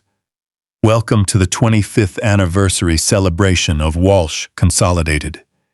Tonight, we honor a legacy of excellence, resilience, and family. The room erupted in applause. And now, the MC continued, elevating his tone, it is my absolute privilege to welcome to the stage the woman carrying this remarkable legacy forward. He meant Diane. A spotlight swept toward the front of the room where she was already stepping forward, a rehearsed smile pinned to her face. That was my cue. I stepped out from behind the curtain. The spotlight caught me before Diane even reached the stage. Catching the cane, the formal shirt, and the burn scars, I didn't bother hiding above my collar. It caught the face of a man reported dead 2 years ago, walking down the center aisle with a steady, unhurried pace among a room of people who thought he was 6 feet under. The MC's voice trailed off, mid-sentence. Applause cut out like a light switch being flipped. 300 heads turned all at once. From the front of the room came a sharp, metallic clatter, the sound of a wireless microphone hitting the floorboards. Diane had dropped it. 300 people held their breath in unison. It wasn't just silence. It was a heavy, suffocating pressure. A collective pause as everyone waited for the other shoe to drop. I walked down the center aisle without rushing my stride. My cane thumped against the polished floor every 2 steps.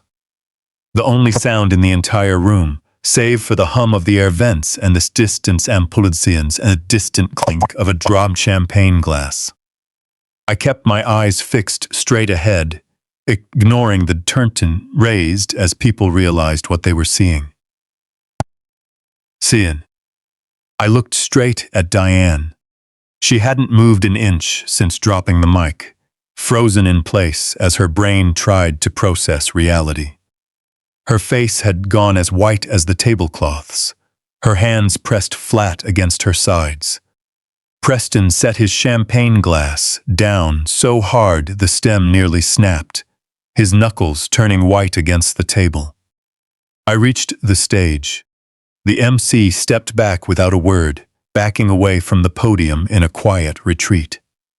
I placed my binder on the stand and adjusted the microphone. The room remained dead silent. "Good evening," I said, my voice steady and clear. "My name is Arthur Hollis. Most of you know that name, and some of you even know me personally. You were all invited here tonight to celebrate the 25th anniversary of a company I founded." I paused, letting the silence stretch. "I want to thank whoever chose this date because 2 years ago tonight was also the last night I spent in this city." A low murmur rippled through the audience, the sound of 300 people frantically trying to make sense of what they were hearing. "Before I say anything else," I continued, "I want to show you something." I gave a nod to Derek over at the AV booth. The projection screen went dark for 2 seconds, then lit up again.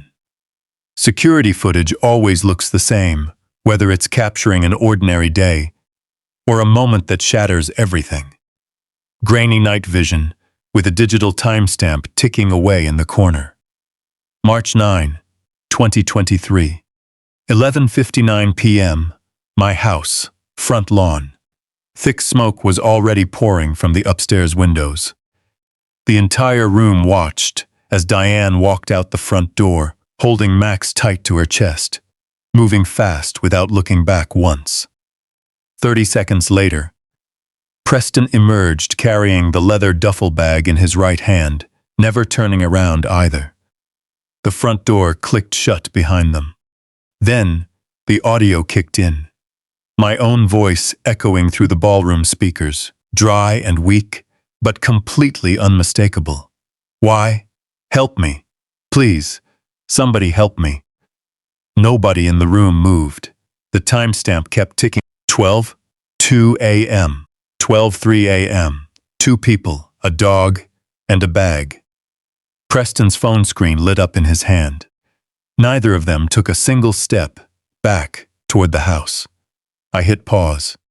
Diane let out a sound, a choked, quiet gasp as the ground gave way beneath her. That video, I said into the microphone, was provided by my neighbor of 19 years, Carol Whitfield, whose doorbell camera captured the scene. The audio comes from the dashcam log of Truck 14, obtained through a standard public records request under Tennessee law. I opened the binder. I'd like to introduce 2 people. Caleb stepped forward from the left side of the ballroom, his stride calm and measured. He stopped right beside the stage. "My name is Caleb Reed," he said, his voice carrying easily across the room without a microphone. "Firefighter with the Portland Fire Department, formerly with Nashville Station 7. On March 9, 2023, at 12:04 a.m., I entered the second floor of that building and found Mr. Arthur Hollis trapped under a fallen beam. He looked straight out at the crowd. The 2 individuals in that video stood on the front lawn for at least 5 minutes before I pulled him out. He stepped back. From the right side of the room, a woman in her 60s stepped forward with a calm, composed demeanor. Patricia Odom, 22 years with the Portland Burn and Trauma Center, primary floor nurse for Mr. Arthur Hollis, from March through June 2023. Patricia spoke with the quiet authority of a medical professional. During the 14 months Mr. Hollis spent in our care, the visitor logs show that not a single individual claiming to be immediate family ever checked in. 0. She paused, letting the weight of her words settle. Next of kin was notified within 48 hours of admission. Nobody came. Preston shoved his table back so hard, pressed his chair. Swag scraped loudly against the floor. "These people are paid actors," he shouted, his voice cracking with desperation. "This whole thing is a set-up. I'll have my lawyers here before the night is over." "Preston," I said softly into the mic, my calm voice cutting right through his anger. He froze. "Sit down." He didn't sit, but he shut his mouth, which was what mattered. I turned back to the 300 faces in the audience, who had just watched a 2-year lie crumble into dust in less than 15 minutes. 2 minutes of video and 2 brief statements had turned their entire narrative to rubble. "I'm not finished," I said smoothly. "There's one more person I want you to meet." She walked out from the right side of the stage. 8 years old, her dark hair pulled back neatly, wearing her best deep blue dress.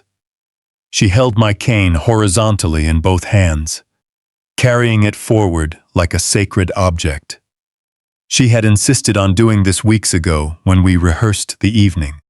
I had told her it wasn't necessary, but she had looked at me with that serious expression of hers and said, "I know, but I want to walk out there and give it to you so everyone sees." I hadn't argued. She stopped right in front of me, handed over the cane, and looked up into my face. Leaning toward the nearest microphone, she spoke 2 clear words that echoed through the ballroom. "Grandpa Arthur." Her young voice carried across the silent room, pure, unfiltered, and entirely indifferent to the chaos around her. A collective sound swept through the crowd. Not applause or words, but a sudden, helpless gasp, as 300 people felt the sheer truth of the moment hit them square in the chest. I took the cane from her hands and rested a palm briefly on her shoulder. She gave me a firm nod, letting me know she was ready, then stepped off to the side. I looked out at the crowd, and then I looked at Diane. She was staring at Lily with an expression I'd never seen on her face before. Not anger or calculation, but something raw and exposed that broke through before she could stop it. Her hand was pressed against her mouth, her eyes swimming with tears. I didn't address her directly. I spoke to the room. "This child's name is Lily Reed," I said into the mic. "She is 8 years old. Her father is Caleb Reed, the man who spoke to you a moment ago. Her mother is Emma." I paused. 14 months ago, while I was lying in a hospital bed in Portland, Lily Reed broke open her piggy bank and brought me every single dollar, quarter, and dime she had saved. She set it on my tray table and told me I needed it more than she did. My voice softened. She was right. I did need it. Not the money, but what it represented. A child with no obligation to me, no shared past, and no reason to give her savings to a stranger, did so simply because she thought it was the right thing to do. I let those words sink in. Lily also gave up her piano lessons, I continued. She loved playing, and her teacher said she had a real gift for it. A subtle shift moved through the crowd. She stopped taking lessons so those funds could help cover my medical bills, telling her parents she just didn't want to go anymore so they wouldn't feel guilty. I glanced over at Lily, who was busy studying her shoes. I didn't find out until 4 months later, and she never brought it up once. Her parents, I said, used the money they'd saved for Emma's college tuition to cover what my insurance wouldn't. They made that choice without telling me working extra shift for a man they'd only known for 3 weeks. Preston sank back into his chair, the fight completely drained out of him. His face was a blank mask of defeat. Diane remained standing, her hand still glued to her mouth, her eyes fixed entirely on Lily. "I want to make one thing clear," I said, drawing the crowd's focus back to the stage. "I'm not telling you this to ask for your sympathy. I'm telling you this because you deserve the full truth of what happened 2 years ago. Not just what was taken from me, but what was given back." I looked straight at Diane. 2 years ago, people in this room chose a dog and a filing cabinet over a human life, I said calmly. And over those same 2 years, the people standing on this stage with me chose something entirely different. I turned back to the audience. "I have one final introduction to make," I said softly. "And this one takes a moment." I gestured toward the left side of the stage. Emma stepped out from the shadows. She walked with her usual calm, steady grace, wearing a deep green dress I'd never seen before. Her hair fell softly over her shoulders, a rare sight, as Emma usually kept it pulled back in her practical style. Under the warm glow of the chandeliers, her hair caught the exact same reddish tint Margaret's had in old photographs before it turned gray. I had never noticed it until that very moment. She stopped beside me at the podium as 300 people watched in rapt silence. "This is Emma Reed," I said. 36 years old, from Portland, Oregon. She makes butternut squash soup using a recipe she was never taught, lines up pill bottles in precise rows without thinking, and once wept over a story about a fairground without understanding why. I paused, catching my breath. She is also the finest human being I have ever known. And I say that knowing the man standing against that wall set a remarkably high bar. Over by the entrance, Caleb wore the look of a man fighting a losing battle against tears. 25 years ago, I continued, I lost a daughter. A quiet stir rippled through the room. Her name was Sarah, though I called her Sunny. She was 5 years old, wearing a yellow sunsuit, when I turned my back at a fairground for just 2 minutes. When I turned back, she was gone. My jaw set firm. I searched for her for 25 years. I kept her room exactly as she left it, and I carried half a silver pendant in my jacket pocket every single day as my last physical connection to her. I reached inside my jacket and held up my half of the silver chain. A collective gasp echoed through the ballroom. Beside me, Emma held her chin high, fighting to keep her composure. She reached into her purse, pulled out the small cloth pouch, and tipped its contents into her palm. We had done this once before to a small furnished room in Portland, but we had agreed 3 weeks ago at Carol's table that a world that had consumed a lie deserved to see the truth. Emma held up her half. I held up mine. The entire room held its breath. We fitted them together. The faint click was lost to the room, just the quiet sound of old silver mending a broken edge. But under the blaze of those chandeliers, as the two pieces locked into one, it felt like the loudest sound ever made. Emma broke down, not with quiet, reserved tears, but with a deep, whole-body release of someone laying down a crushing weight they had carried for far too long. Her shoulders shook as a quiet sob escaped her. "Dad," she whispered, her voice trembling but steady. I wrapped my arms around her and held her tight. Across the room, Caleb let out a choked breath. Behind me, I heard Lily whisper, "Is Mom crying? Why is everyone crying?" Followed by a quiet, "Oh, okay," as Carol gently explained it to her. Carol sat in the third row, with Margaret's wedding photo resting on her lap. A detail she hadn't mentioned bringing. She wasn't crying. Carol Whitfield didn't cry in public, but the hands holding that frame were far from steady. The rest of the room wasn't faring much better. Men in expensive suits were dabbing at their eyes. Their phones still held high, as the entire atmosphere of the room shifted from a corporate event to something raw and deeply human. I looked over at Diane. She had moved toward the edge of the VIP table, her hands gripping the back of a chair. She was staring at Emma with an expression of sheer recognition. The reluctant realization of a woman looking at the sister whose shadow she had resented her entire life. Finally, seeing that the shadow had a face and that the story she had told herself was far more complex than she'd ever allowed herself to believe. Diane opened her mouth, then closed it, her knuckles white against the chair. She didn't say a word, but for the first time since the night she walked out of a burning house with a dog, her face was completely honest. Preston didn't look at any of us. His eyes were fixed firmly on the exit. Emma stood tall beside me, wiping her face with the back of her hand in her practical way, meeting the gaze of 300 strangers with unapologetic strength. I placed my hand over hers on the podium rail. 25 years ago, I said into the microphone, I made a mistake that cost me everything I loved. 2 years ago, my daughter made a choice that cost me everything I had built. I let those words echo through the hall.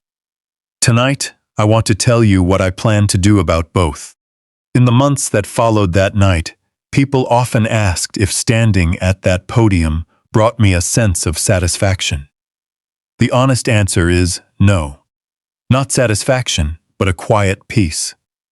The kind of stillness that arrives after a long, grueling journey when the need to keep pushing finally fades away. I looked out at the room. 2 years ago, I said, this company was known as Hollis Building and Development. It had operated for 30 years, employed over 200 people, and completed hundreds of projects across Tennessee. It was built on the backs of good people who showed up every day to do honest work. It wasn't built by one man, and it certainly wasn't built by a name on a sign. Preston pushed his chair back and stood up. I have attorneys, he rasped out, his voice shaking. None of this is legally binding. You can't just walk into a business you abandoned and demand. I didn't abandon it. I cut in softly, my voice carrying over the speakers. I was left inside while it burned. The silence in the room was absolute. Preston slowly sank back into his seat. I'm not here to take anything back for myself, I continued. Over the past few months, I have documented every transaction, every decision made with company assets, and every contract signed in my name while I was reported dead. Those files have been handed over to the Tennessee Secretary of State and the appropriate licensing boards. What happens next is up to them. A ripple of quiet chatter spread through the crowd. What I am announcing tonight, I said, is my decision regarding the share of this company that remains legally mine. I was never declared deceased by any court, as doing so would have required a probate process that invited scrutiny. My legal counsel has confirmed that without that declaration, ownership was never legally transferred. Signing my name for 2 years does not constitute a legal title. I glanced at Diane. She had let go of the chair and stood tall with her arms crossed, staring at a spot above my head, the stance of someone bracing herself to endure the next few minutes. I turned back to the audience. Caleb Reed will be stepping in as Director of Operations for the Project Management Division, effective the 1st of next month. He is qualified, honest, and earned the position strictly on his own merits. I caught Caleb's eye near the entrance. His jaw was set, his gaze firm. Emma Reed will join the advisory board, bringing a sharp judgment I can personally vouch for. A steady hum washed over the crowd. Not of protest, but of 300 people adjusting to a new reality. And finally, I said, I am establishing a scholarship fund in the name of Lily Rose Reed. I paused. It will provide full academic scholarships for Tennessee students with financial need, managed independently by Carol Whitfield as a founding board member. In the third row, Carol let out a quiet nod of approval. The very first grant, I added, will cover piano lessons for 8-year-old Lily Rose Reed for as long as she wishes to play. She once gave up something she loved because she thought helping a stranger mattered more. I'd like to give that back to her. Lily's lower lip quivered slightly, but she gave a firm, serious nod of acceptance. I stepped back from the microphone. My job was done. The weeks that followed carried the quiet, exhausting atmosphere of an aftermath, filled with paperwork, phone calls, and the slow turning of official gears. Diane and Preston left Nashville before the end of March. I didn't watch them go. Gerald informed me that the Commercial Street building was undergoing a full compliance audit, with several contracts under review. Whatever came of it was out of my hands now. By mid-April, the sign on the building was replaced to read, Hollis Reed Building and Development. Carol texted me a photo on a Tuesday morning, and I stared at it for a long time. On a late Thursday afternoon in mid-April, I sat on the front porch steps of the house on Linden Avenue. The repairs were finished, the second floor fully rebuilt over the winter. I watched the Tennessee spring bloom across the neighborhood, dogwoods opening in white and pink blossoms, completely indifferent to what the people beneath them had endured. Emma sat beside me, and we stayed quiet for a long while. Inside, Caleb was fixing dinner, while Lily played Margaret's upright piano in the living room. The piano I had kept untouched for 11 years. The notes floated out through the open window, hesitant but focused, the sound of someone learning with her whole heart. Emma rested her head on my shoulder. Arthur, she said quietly. It wasn't a question, just a word, placed gently into the spring evening, like setting a long-held keepsake in a safe place. Sonny, I replied. We stayed out there until Caleb called us in for dinner. The dogwoods were in full bloom. Lily was practicing her scales from the beginning. And the Tennessee evening settled softly over everything, just as it always had. I am 73 years old. I lost people I can never get back. But I found the one person I had given up searching for. I sat in a burning room, walked out of the fire, and stepped into an ending I never could have planned or imagined. For the first time in a very long time, I am right where I belong. People sometimes ask me what I learned from all of it. From the fire, the 2 long years, and the journey back. Here is what I know. For most of my life, I believed family was something you were simply born into. Something fixed that existed whether you tended to it or not. I was wrong about that. Family isn't an automatic guarantee. It's a choice.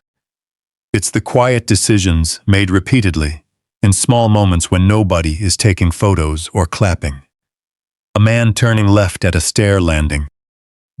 A woman making soup twice until she gets it right. A child breaking open her piggy bank without asking for a thing in return. Life has a way of returning what you thought was lost forever. Not always in the form you expect, and not always through the door you left open. Sometimes it comes back through the kindness of strangers in a city you've never known during the hardest years of your life. Don't wait until the house is on fire to realize who is worth saving and who is standing by your side. Take a look around you right now. The people who stay are showing you who they truly are. Believe them. Stories like this serve as a reminder of what true resilience looks like. If Arthur Hollis's journey touched you, leave a comment below and share what stayed with you. Pass it along to someone who might need to hear it today. And subscribe to catch the next story when it arrives. These stories don't truly end. They simply become new beginnings for someone else. Thank you for staying through to the very last word. Kassid